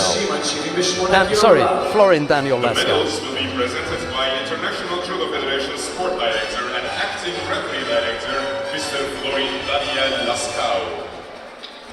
Bronze medalists. The first of the bronze From medals Republic of Korea, goes Yoon to Yoon Hyun-ji of the Republic of Korea. And There's from a bronze Portugal, medal also Sampaio Patricia. for Patricia Sampaio of Portugal. Silver medal goes to From Bernadette Graf of Bernadette Austria. Graf. The gold medal goes to Natalie Powell of Great Britain.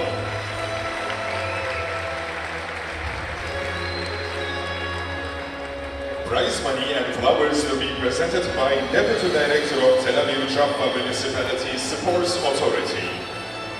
סגן מנהל רשות הספורט, עיריית תל אביב-יפו, מר אופיר וגמן.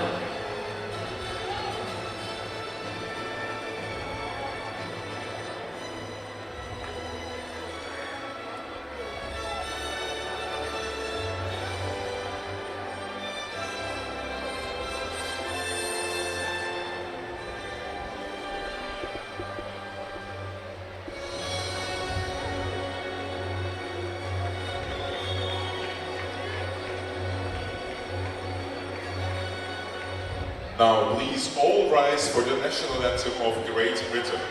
And now the national anthem of Great Britain.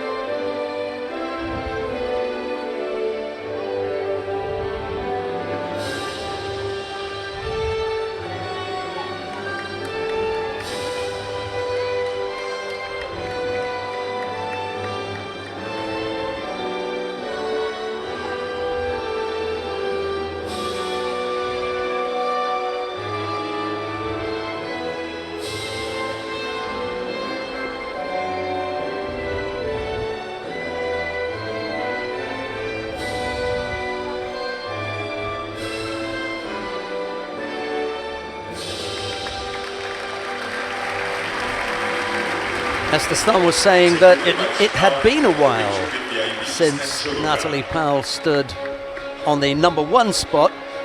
Well, that's all behind her now. Happy times for the gold medal winner in the under 78 kilo category.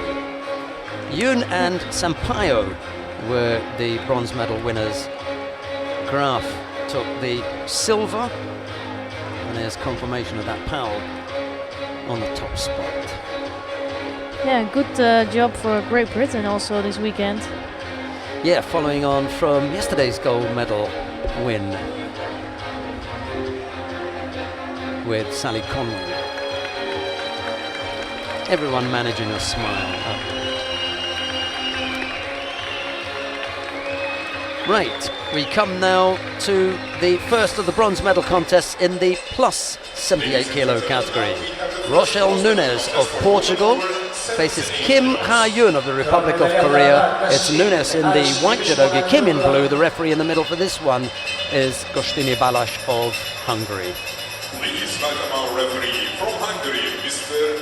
Gostoni Balas.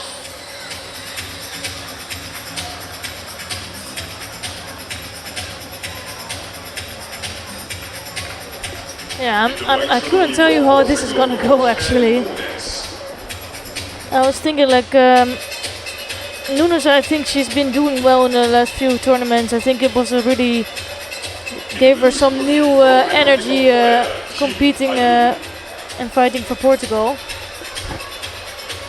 and not having at least less competition, because in Brazil she still had the competition from 2-3 others, and now that's better for her. And Kim Ha-yoon, I haven't seen so much in the circuit like myself. She's been around, of course, but I haven't seen her fighting so much. You might have. I have not, and it's only, just recently that she's risen up the ranks, to be honest. There are a couple of others who may be ahead of her.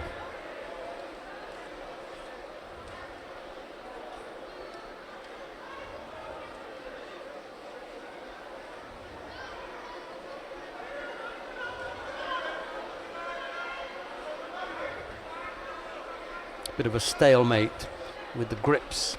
Yeah.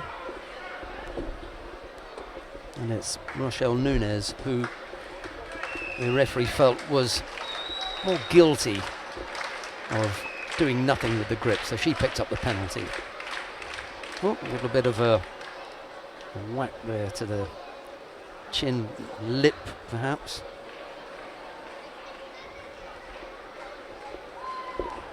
Cho Min-sun, the coach in the chair,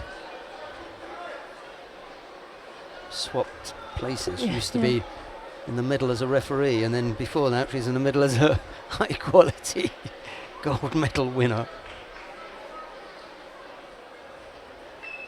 Just can't get away from the tatami. That's it. She loves judo.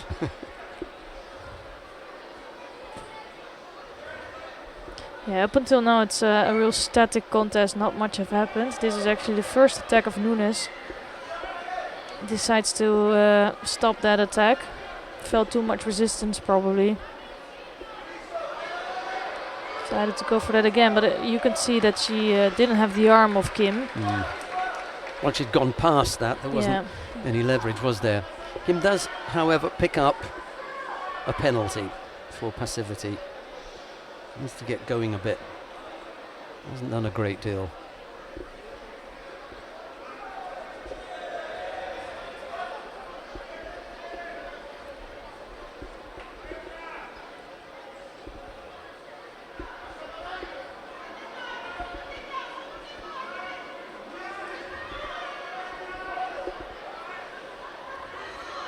Well, another attempt from Nunes, trying to follow up on that arm, but not succeeding.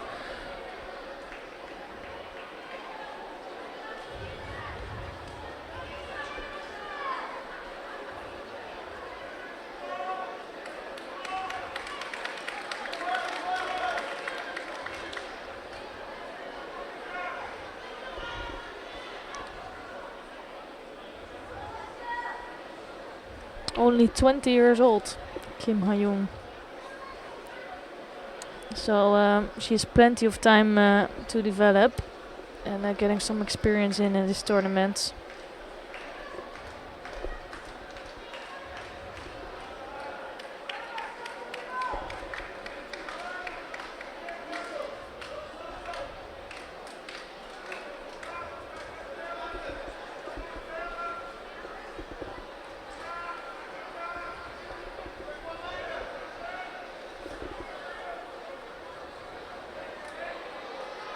Trying to go for that Makikomi, almost scoring.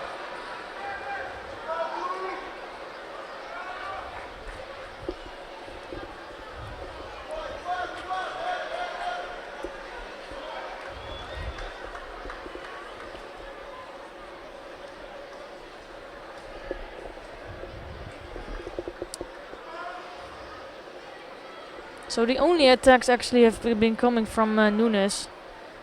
And for me, it always frustrates me, you know, to see a contest. It's quite slow. It's not so dynamic, and I'm thinking, come on, you have to start doing something. Kim already picked up 2 Shidos. Nunes doesn't have to change. She comes up with some techniques. Exactly. And there you go. Yeah. She must have heard you. Yeah, but she had to do that. There was no other option. And when now that she has, she looks threatening. Yeah.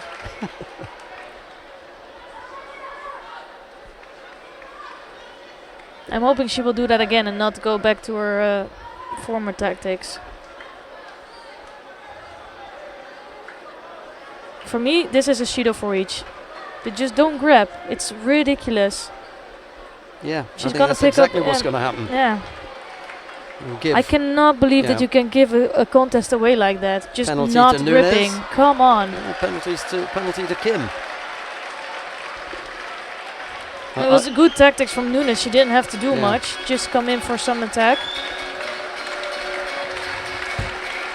And the winner of the bronze medal, Nunes from Portugal.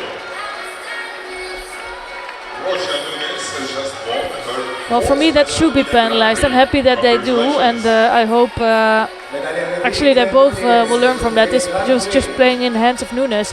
You think?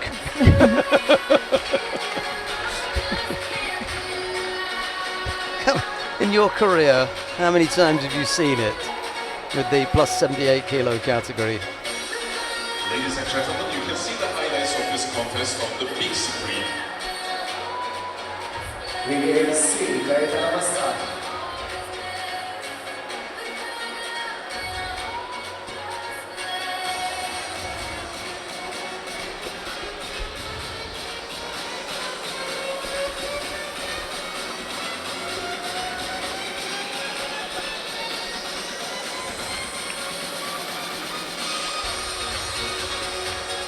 Right, we've got the second of the bronze medal contest in the plus 78 kilo category coming up now.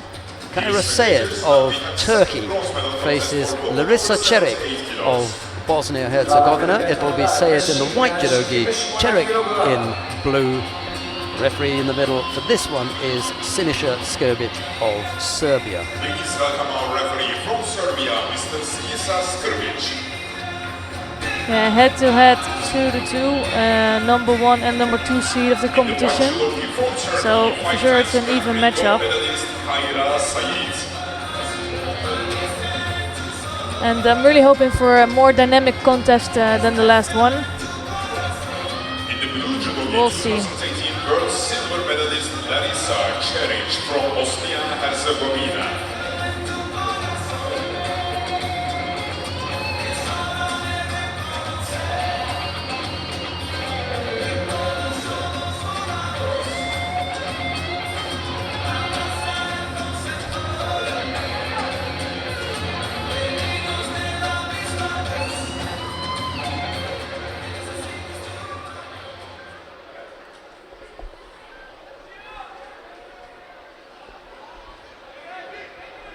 For me, if I look purely at judo skills, Said is the more talented athlete, but she can at times wait too long, be a little bit too slow. Yeah, if you look at the background to Kaira Said as well, it's not surprising given that she originally competed for France, and she would have been well prepared as an athlete, good judo grounding, and as you say, the only thing that lets her down from time to time is that she looks a little bit lethargic, and it's hard to see what's going to motivate her to get going. But when she does, she can throw really well. Jerica's already picked up the Shido. Yeah, and if this is going to be this position here, you can see that's her style. Really good work. Nice shot side coming from Said, and now following up with Osaikumi.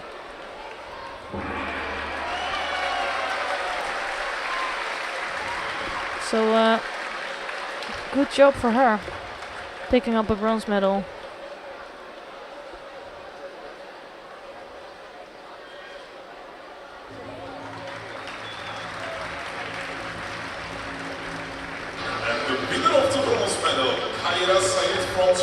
So where did you say that Kaira Said was seeded at the beginning of the day? What number was she? She was the number 2 seed. Number 2? Yes. Okay, so that was the number 1 and the number 2 seed going head to head. One of them had to come up with a medal in order to get what I refer to as the save. So for Larisa Čerić, this is a bad performance. Yeah, it is. She came in here as number 1 seed, doesn't get to the final, gets to the bronze medal match. At least that will be something. She comes away from here empty-handed as the number 1 seed. Kaira Said at least picks up a bronze medal. Yeah. The only thing I have to add is that Larisa Čerić, she lost to the number 2 and to the number 3 seed. So that's a little bit in her defense. She didn't lose against the lower seeded athletes. Just happened to meet them in the semi-final and for the bronze medal match.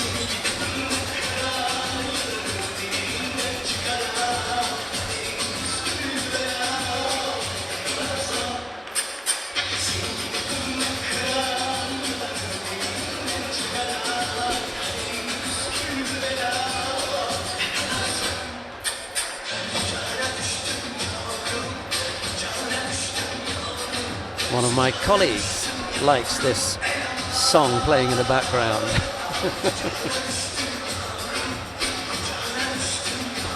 Well, he is from Turkey. It's a she, actually. Oh, really? It's Annette Boom. Oh, really? Right.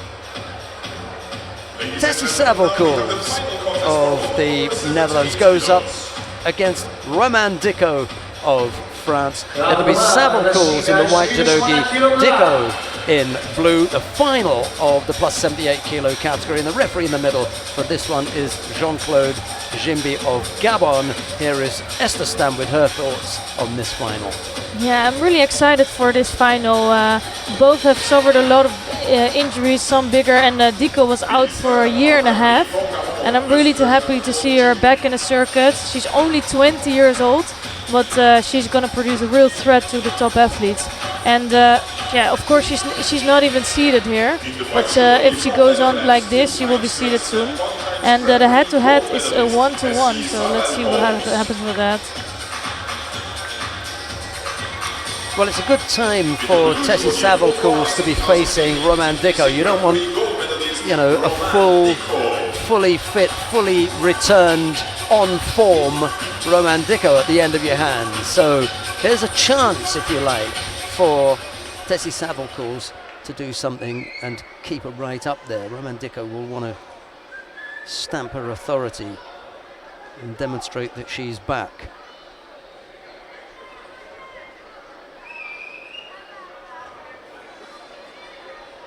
Strong grip. Look at the drive in that, that's really nice. Just not enough to score here. Yeah, she just didn't wrap that arm up well enough to complete the makikomi. Got herself into a reasonable position, but had to wrap the arm up. And you could see that because it was her arm that was going to the tatami first. Normally, you're rolling across that because you've wrapped it up. But oh well. But I think here already you can see that it's a completely different contest than the last two contests. It's a lot more dynamic. Dicko is immediately pushing forward, and also Savalkos is a dynamic judoka. She wants to move around. She needs to move her opponents around to be able to come up with those seonages. So it's really nice to watch. Yeah, we've had two strong attacks from Roman Dicko already. And the only reason we haven't had big attacks from Savalkos is she's been fighting off the grips and the attacks from Roman Dicko. There she goes again. Got to get out of there. Again, not enough leverage on the arm, but a really strong attack in.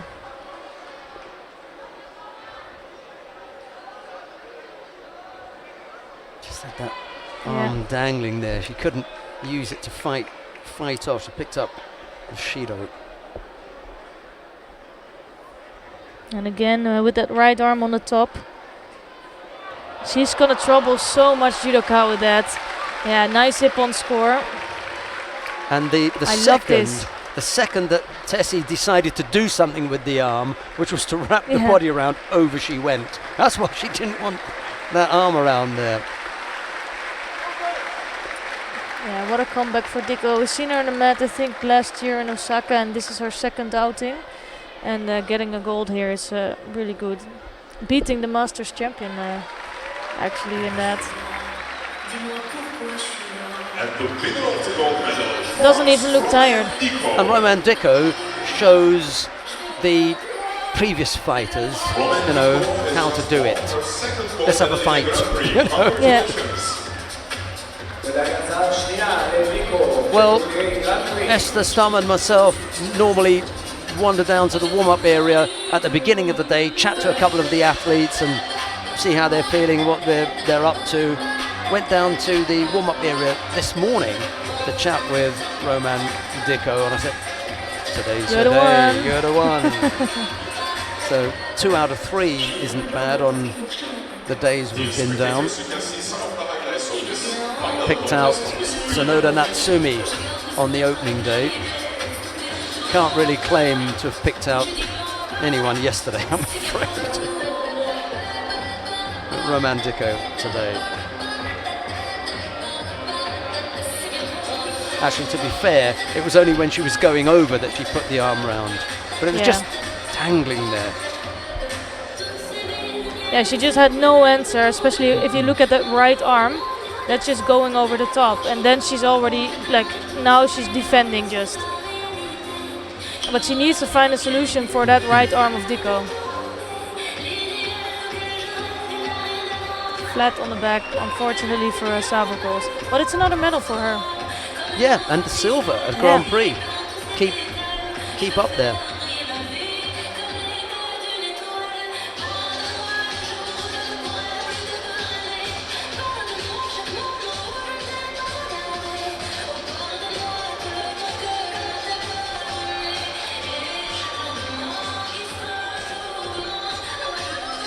We come now to the awarding ceremony for the men in the under 100 kilo category. Ladies and gentlemen, now the awarding ceremony for men under 100 kilos. טקס חלוקת המדליות, גברים עד 100 קילוגרם. The medals will be presented by co-host of the Tel Aviv Judo Grand-Prix 2020. הפילנטרופ והמארח של תחרות גרנד-פרי תל אביב 2020, מר סילבן אדמס. Bronze medalists, Brazil, Rafael. The first of the bronze medals goes to Leonardo Gonçalves of Brazil. And from Germany, Karl Richard Frey. Sorry, it was Rafael Buzzacarini. I was looking at Rafael Buzzacarini and said Gonçalves. I do beg your pardon. Silver medalist. There's a from bronze Brazil, medal also Leonardo Gonçalves. for Karl Richard Frey of Germany. ואני רוצה לשמוע אתכם טוב טוב עכשיו. Silver medal goes to Leonardo Gonçalves of Brazil. And the gold medal goes to Peter Palchik of Israel.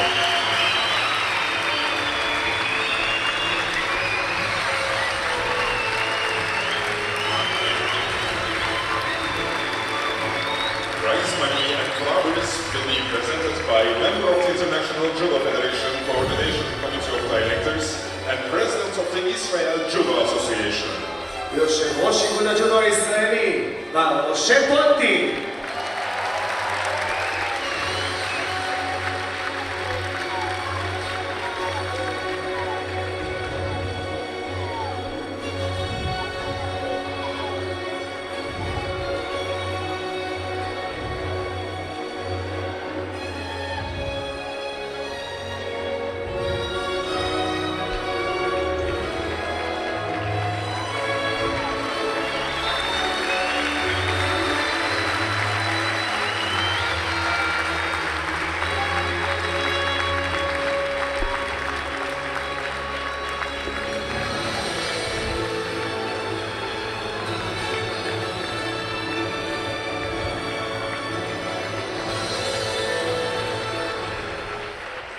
Now please all rise for the national anthem of Israel.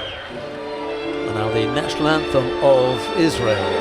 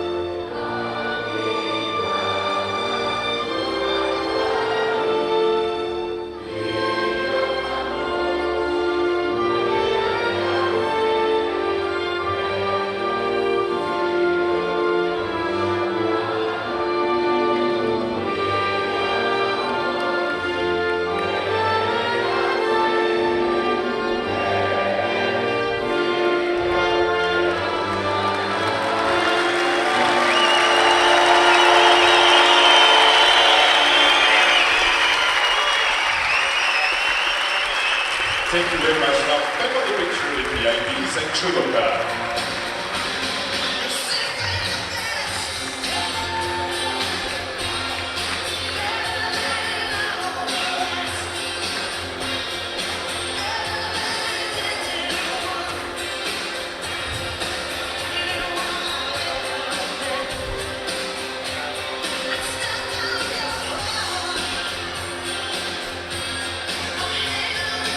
Buzzacarini and Frey were the bronze medal winners. Gonçalves picked up the silver. It was Palchik who walked away with the gold medal. Right, we've got one more weight category to get through, and it is the plus 100 kilo category for men. The first of the bronze medal contests features Stefan Hegi of Austria. He's up against Yahiv Kamo of Ukraine. It will be Hegi in the white judogi, Kamo in blue. Referee in the middle for this one is Mariana dos Santos of Brazil. Mariana dos Santos, de Brasil.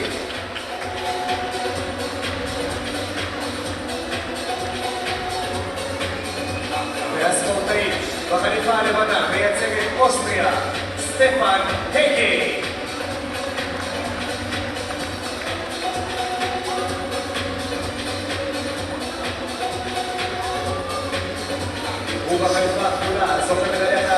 I can't see this one going the distance. No. They're Me both neither. really attacking Yeah. fighters. Yeah, I'm pretty excited for this contest. Como can look brilliant at times, but he can also look a bit sloppy at times. And Heki I haven't seen today, so I'm not sure what his form is. And he was a bit sloppy with the Ray coming onto the tatami, but we'll leave that one then. Just a head nod.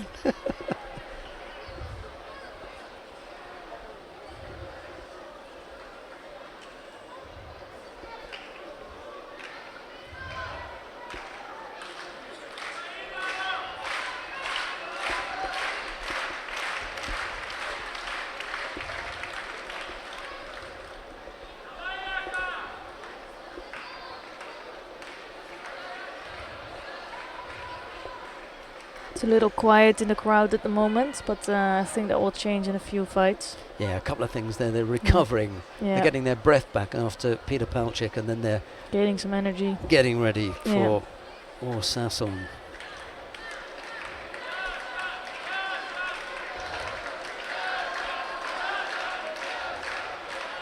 There's always that power battle in the beginning. It doesn't matter what weight it is. The beginning, the beginning, you're just fighting and there's power going on and gripping up, and then if you stay in there long enough, you get to relax and get down to do some judo.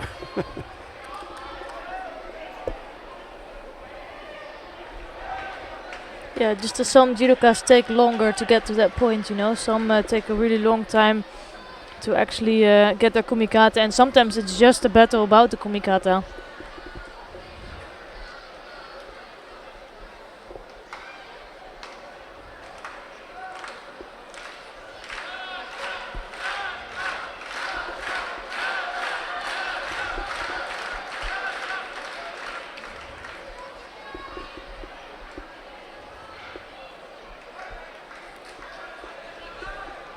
Yeah, I think the referee is gonna give him a little bit motivation to come up with an attack. Both fighters penalised for passivity there.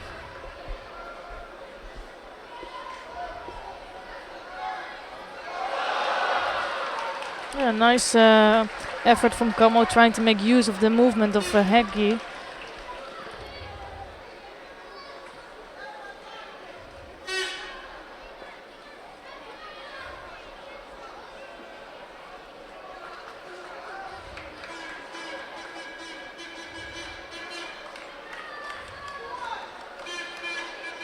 Yeah, strong grip of Hegi now, I think.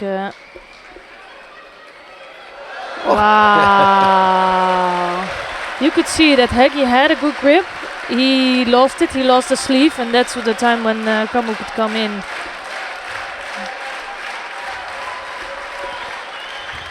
He can really, really throw. Powered through with that Yeah. Osodagari that flattened Hegi with 1:28 left to go. He wasn't hanging around, was he? I'll finish this now.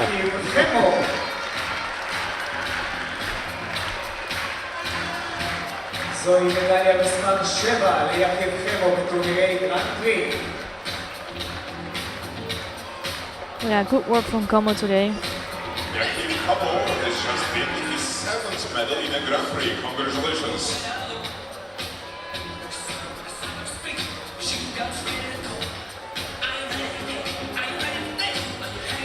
Young Austrian has to settle for a 5th place finish. Well and truly caught there. The highlights of this contest on the big screen.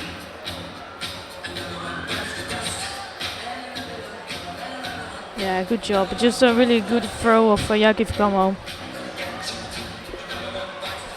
It's a typical super heavyweight throw, isn't it? Yeah.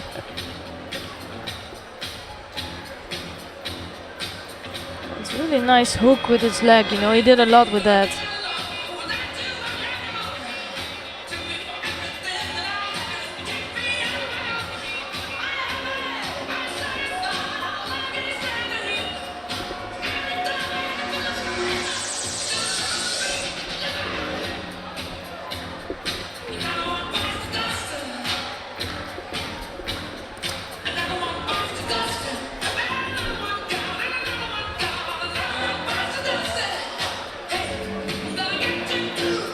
Coming up next, the second of the bronze medal contests in the plus 100 kilo category.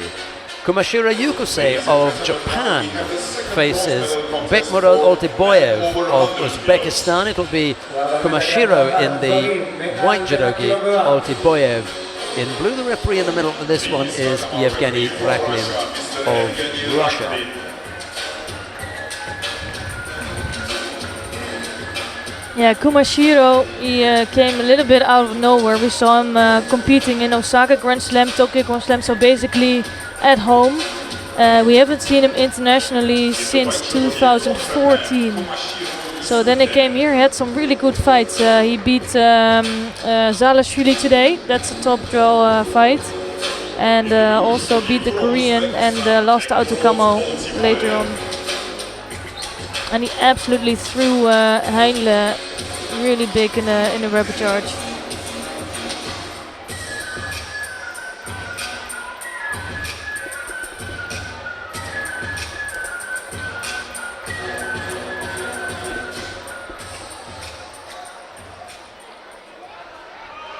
Oltiboyev is quite a skillful fighter. Yeah, he is. He can produce some really good judo. He's not your typical, super heavyweight fighter, but nice movement.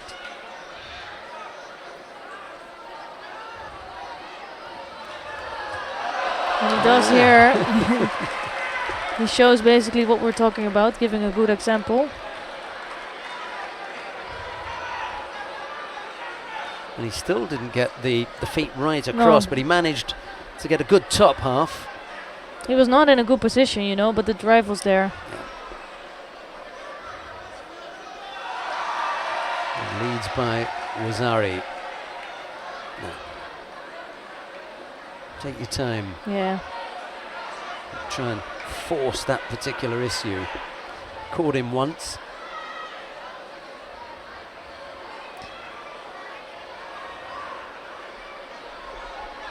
He might just want to finish it, but if he's too eager, he will do a false drop, get his first Judo, and it's still a long way to go.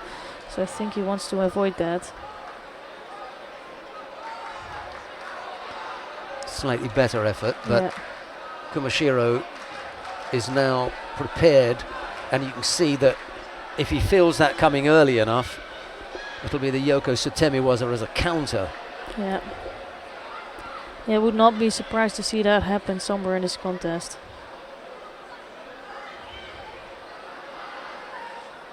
Oops. Took a bit of a whack to the eye there.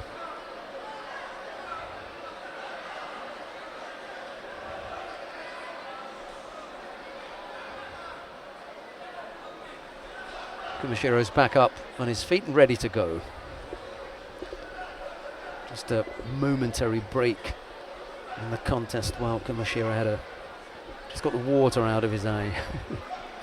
Yeah, just way too far away. Other side this time, got caught, and he's given up the score. Just that little bit over ambitious, I'm afraid. Oltiboyev may have caught him right-sided, but left-sided, well, that was just asking a bit too much.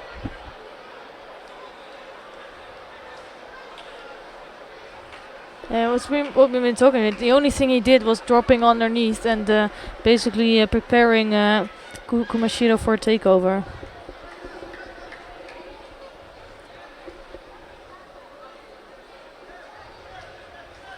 Tried to give him the shock tactic, I suppose, by going over on the other side.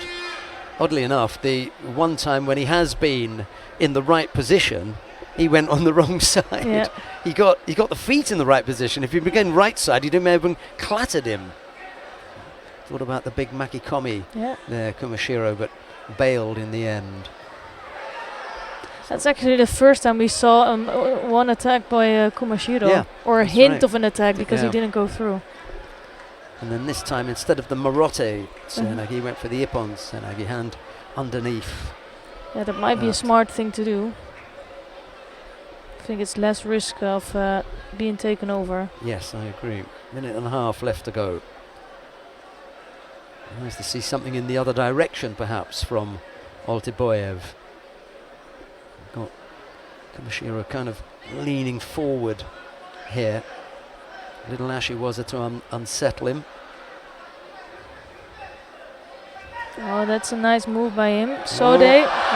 Ooh, that was so close. He didn't have the finish. No. A little push at the end may have just got him onto his side. He was very close to getting this.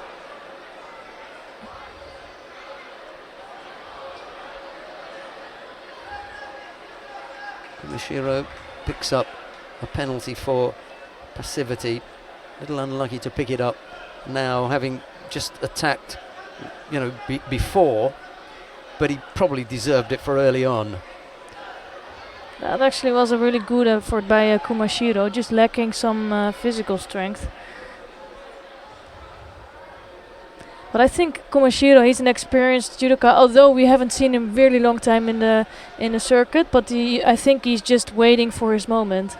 And I think he only put in 2 attacks, but I think yeah, more will come, unless Altiboyev does something.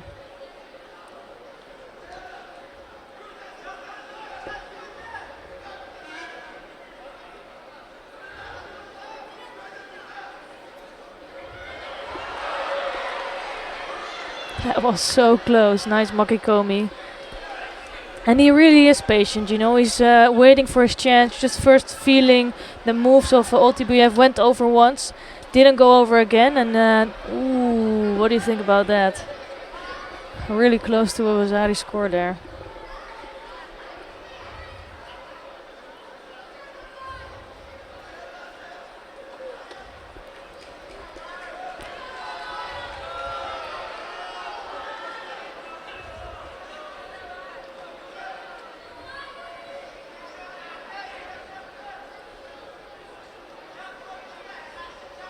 Time running out.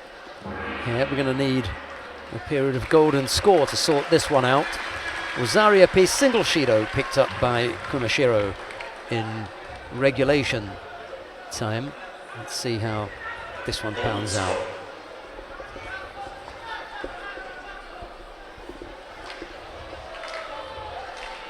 Well, where was Altiboyev going there? I can't believe that. He's lucky that it's just his first Shido, but I have no idea what he was doing. Just didn't know where he was, apparently. Going back to the Marote Seanagi. But you can see he has so much less strength than in the beginning of the contest. And Kumashiro is still in the same physique as the beginning, and he's waiting for his chance.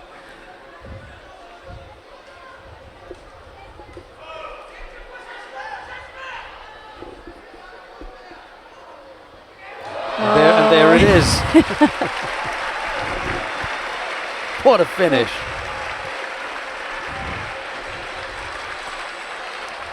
But you could just see the balance of the contest was changing, you know. Altiboyev was drained out of energy, and good finish by Kumashiro. Yeah, and completely unable to offer up any resistance to that attack from Kumashiro. Flattened in the end. And that big Osodogari.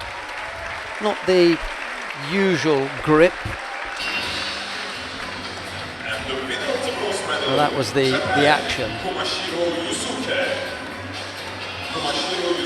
has just won his second medal in the Grand-Prix. Congratulations.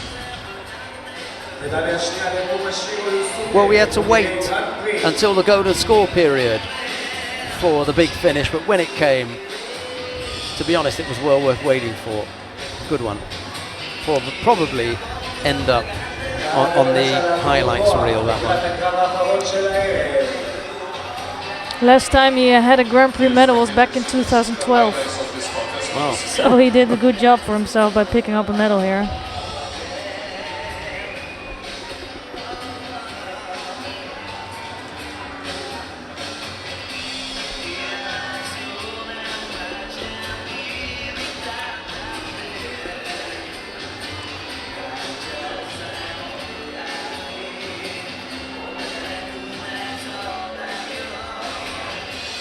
Well, it all started well for Altiboyev. Unfortunately, that's how it ended.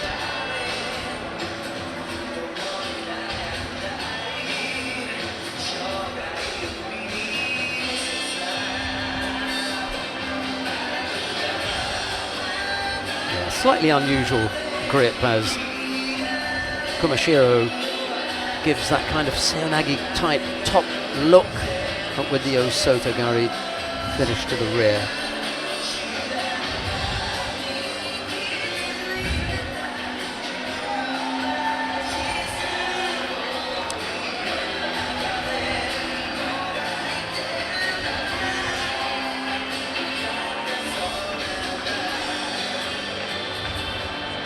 Well, the crowd are on their feet already in anticipation of the entry into the arena of the two competitors who are going to contest this last contest. It's the gold medal contest in the plus 100 kilo category. Kim Sung-min of the Republic of Korea faces Oh Sasson of Israel. It'll be Kim in the white judogi, Sasson in blue. Referee in the middle for this one is Ramzan Saidov of Uzbekistan. Yeah, I think Ori Sasson delivered the crowded dream finish last year. The question is if he can do that again. He's gonna have a really tough job against Kim Sung-min. Met 3 times, lost 3 times. Oh dear. That's gonna be difficult. And also, if you look at the judo that Kim Sung-min produced today, it was incredible.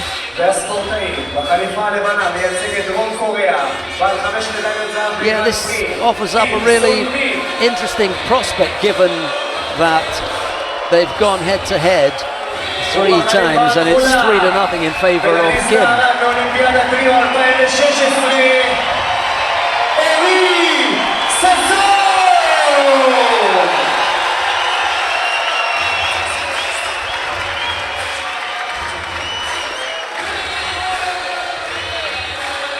Yeah, and Ori Sasson was struggling a few times today. Yes, and I don't think he is in his best shape ever, but manages to come up with a score each time.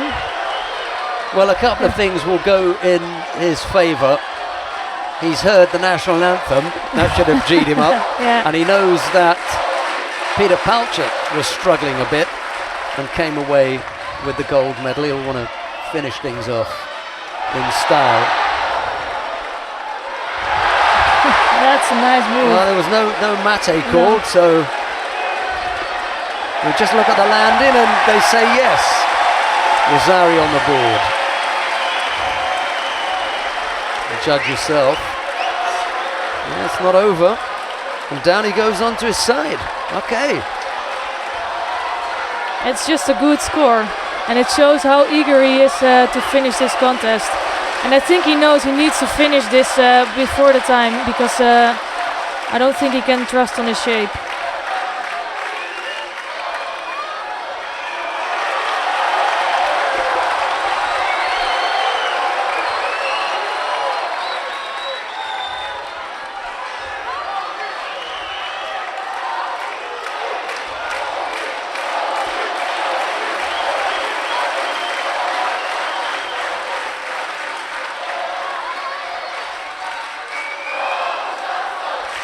This is really good for Ori Sasson because he's not being asked to drain himself of any energy here. There's a little over 2.5 minutes left to go.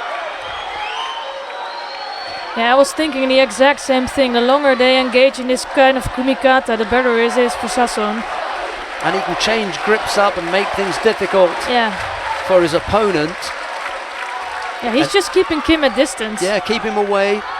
He's penalty free. Yeah, nice work. I'd have gone on to into Newaza there. Yeah, but I have seldomly seen Sasson doing some Newaza. He's just not interested to that. Well, you know what my thoughts are on Newaza. I'd have been there.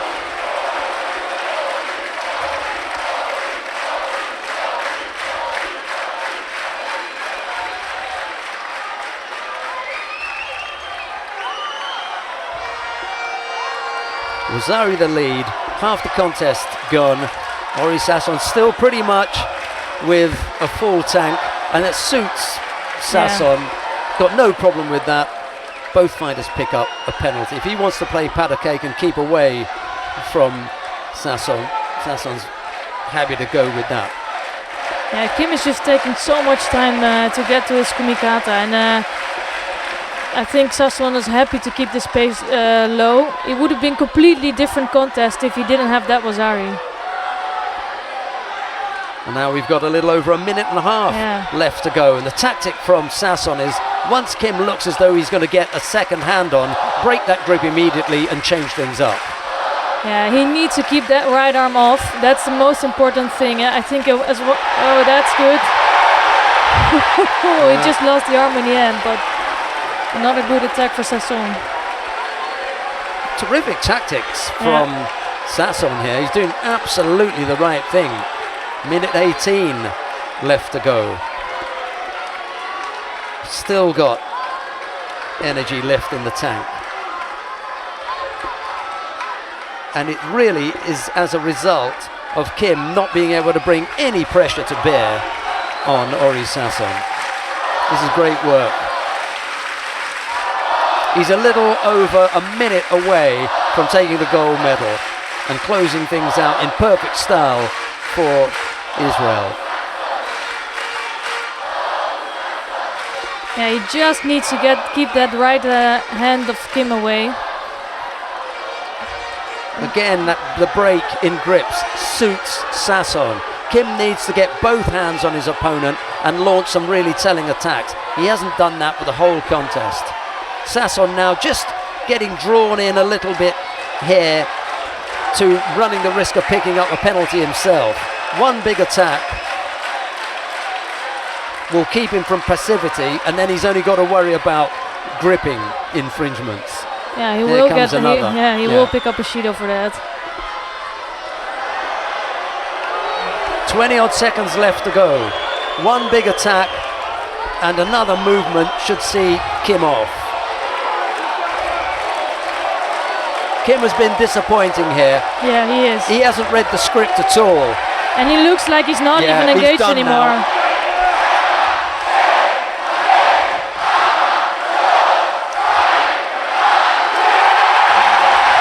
What a finish.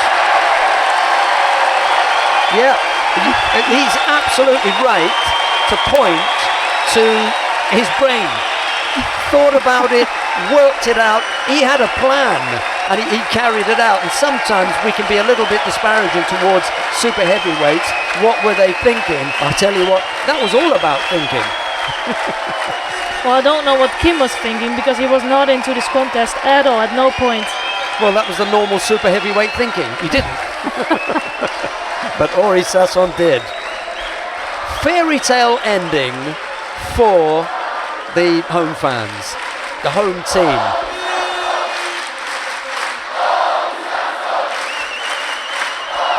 Second Grand-Prix gold at home. One last year and one this year again. That's really high class.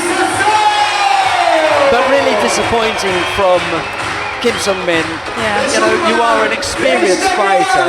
You've got to know when to move gears, change a plan. Plan A is not working. Plan B went out the window. You must have another. He didn't. No.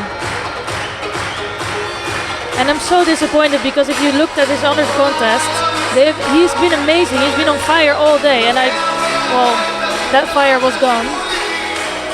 Didn't see that back.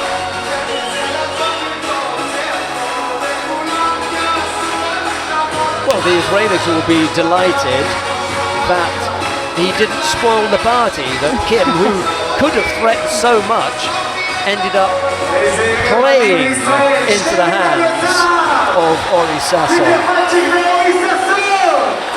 One technique was enough to do it. Wasn't asked to do anything else.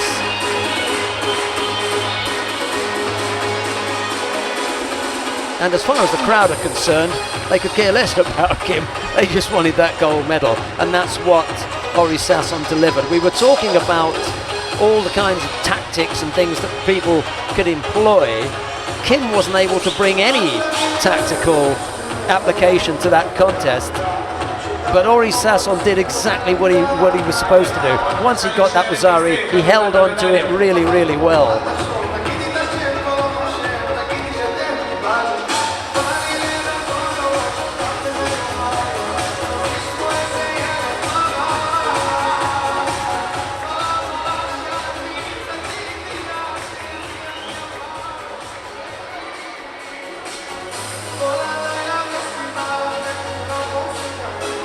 Yeah, I know what he's saying there. You see, I can think.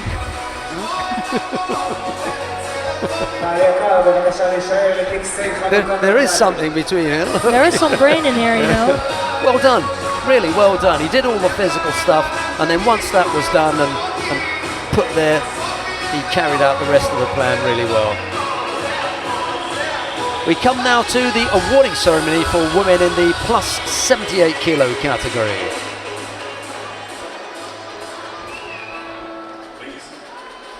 Ladies and gentlemen, now the awarding ceremony for women over 78 kilos. The medals will be presented by Deputy Director of the Sport Authority of the State of Israel.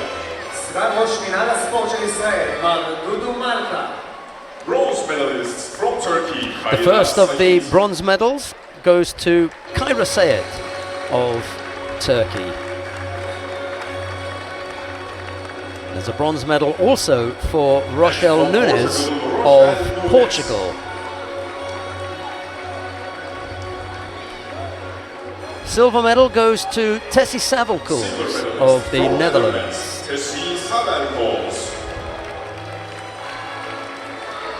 The gold medal goes to Romain Dicot of France.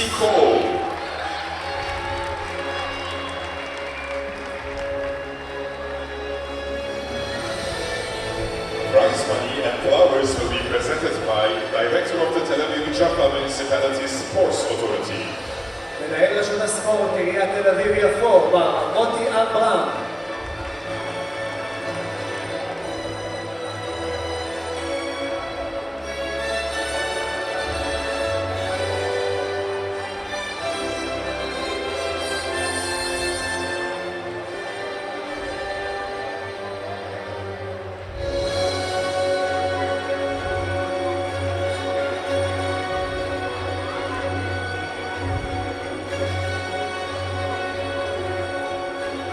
Now please all rise for the national anthem of France. And now the national anthem of France.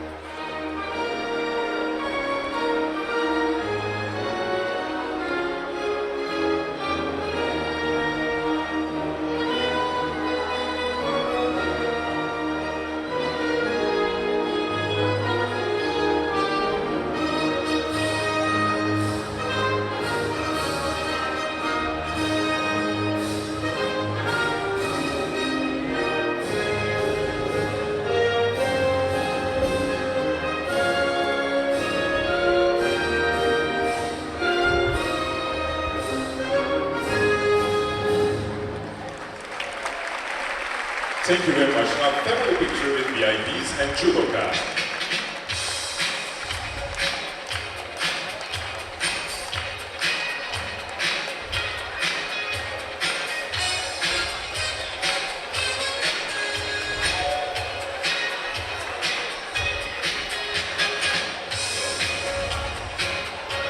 Sayed and Nunes were the bronze medal winners. Savelkoels took the silver. It was Dicot to walk away with the gold medal. Ladies and gentlemen, please stay with us for the last awarding ceremony. קהל יקר, כמובן שאתם נשארים לטקס האחרון של משקל מעל 100 קילוגרם. Well, we've got one more awarding ceremony to bring you. That's going to be in the plus 100 kilo category. We sometimes have a highlights package, or sometimes we just have a look at people in the crowd. Let's see what we've got in store for you today. Well, that looks like a highlights package.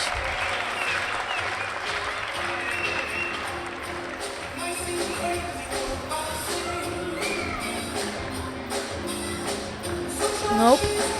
Seeing some faces in the crowd.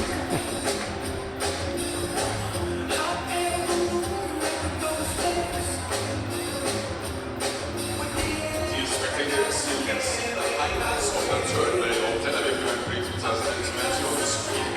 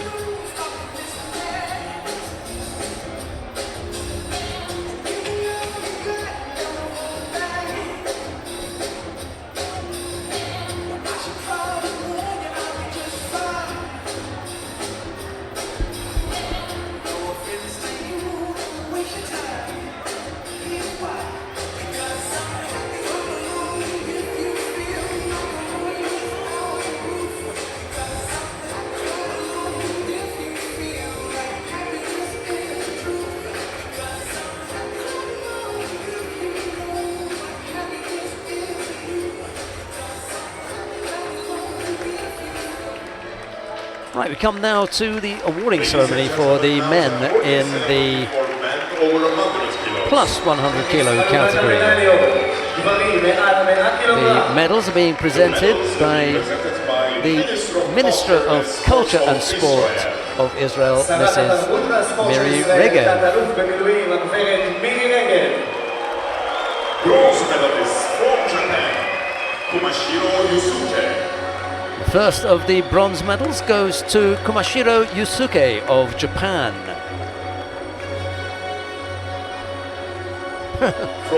There's a bronze medal also for Yakiv Kamo of Ukraine. Silver medalist from Republic of Korea. Silver medal goes to Kim Sung-min of the Republic of Korea.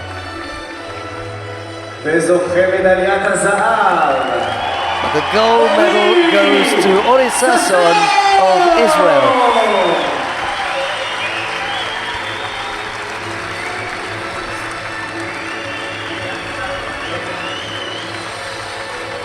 Prize money and flowers will be presented by member of the International Judo Federation Coordination Committee of Directors and President of the Israel Judo Association. יושב ראש איגוד הג'ודו, מר משה קונטי.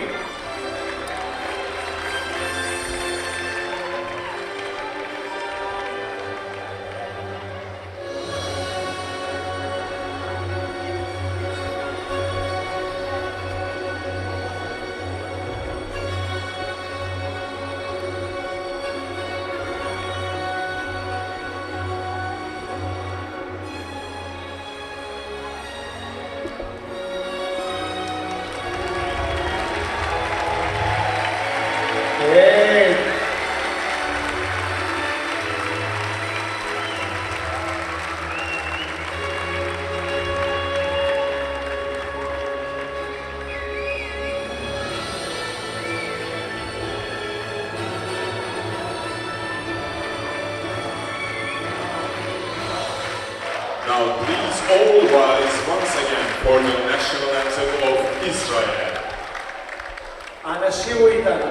And now the national anthem of Israel.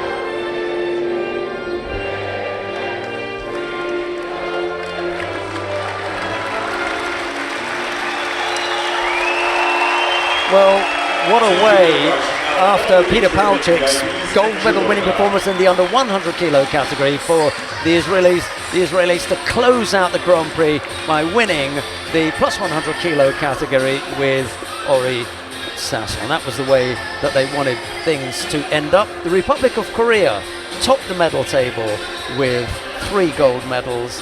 Japan took to the host nation 1-2, as did Great Britain. And there were gold medals, 1 each for France, Slovenia, Russia, Italy and Australia.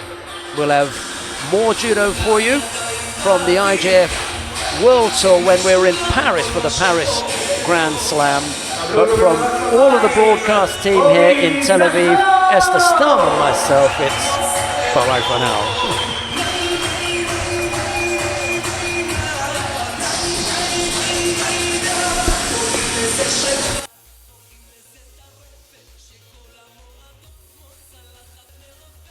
איזה קהל מושלם!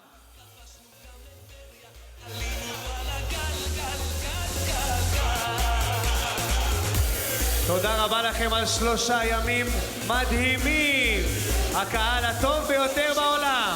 כולם ידיים באוויר, זה משוגע כל מה שקורה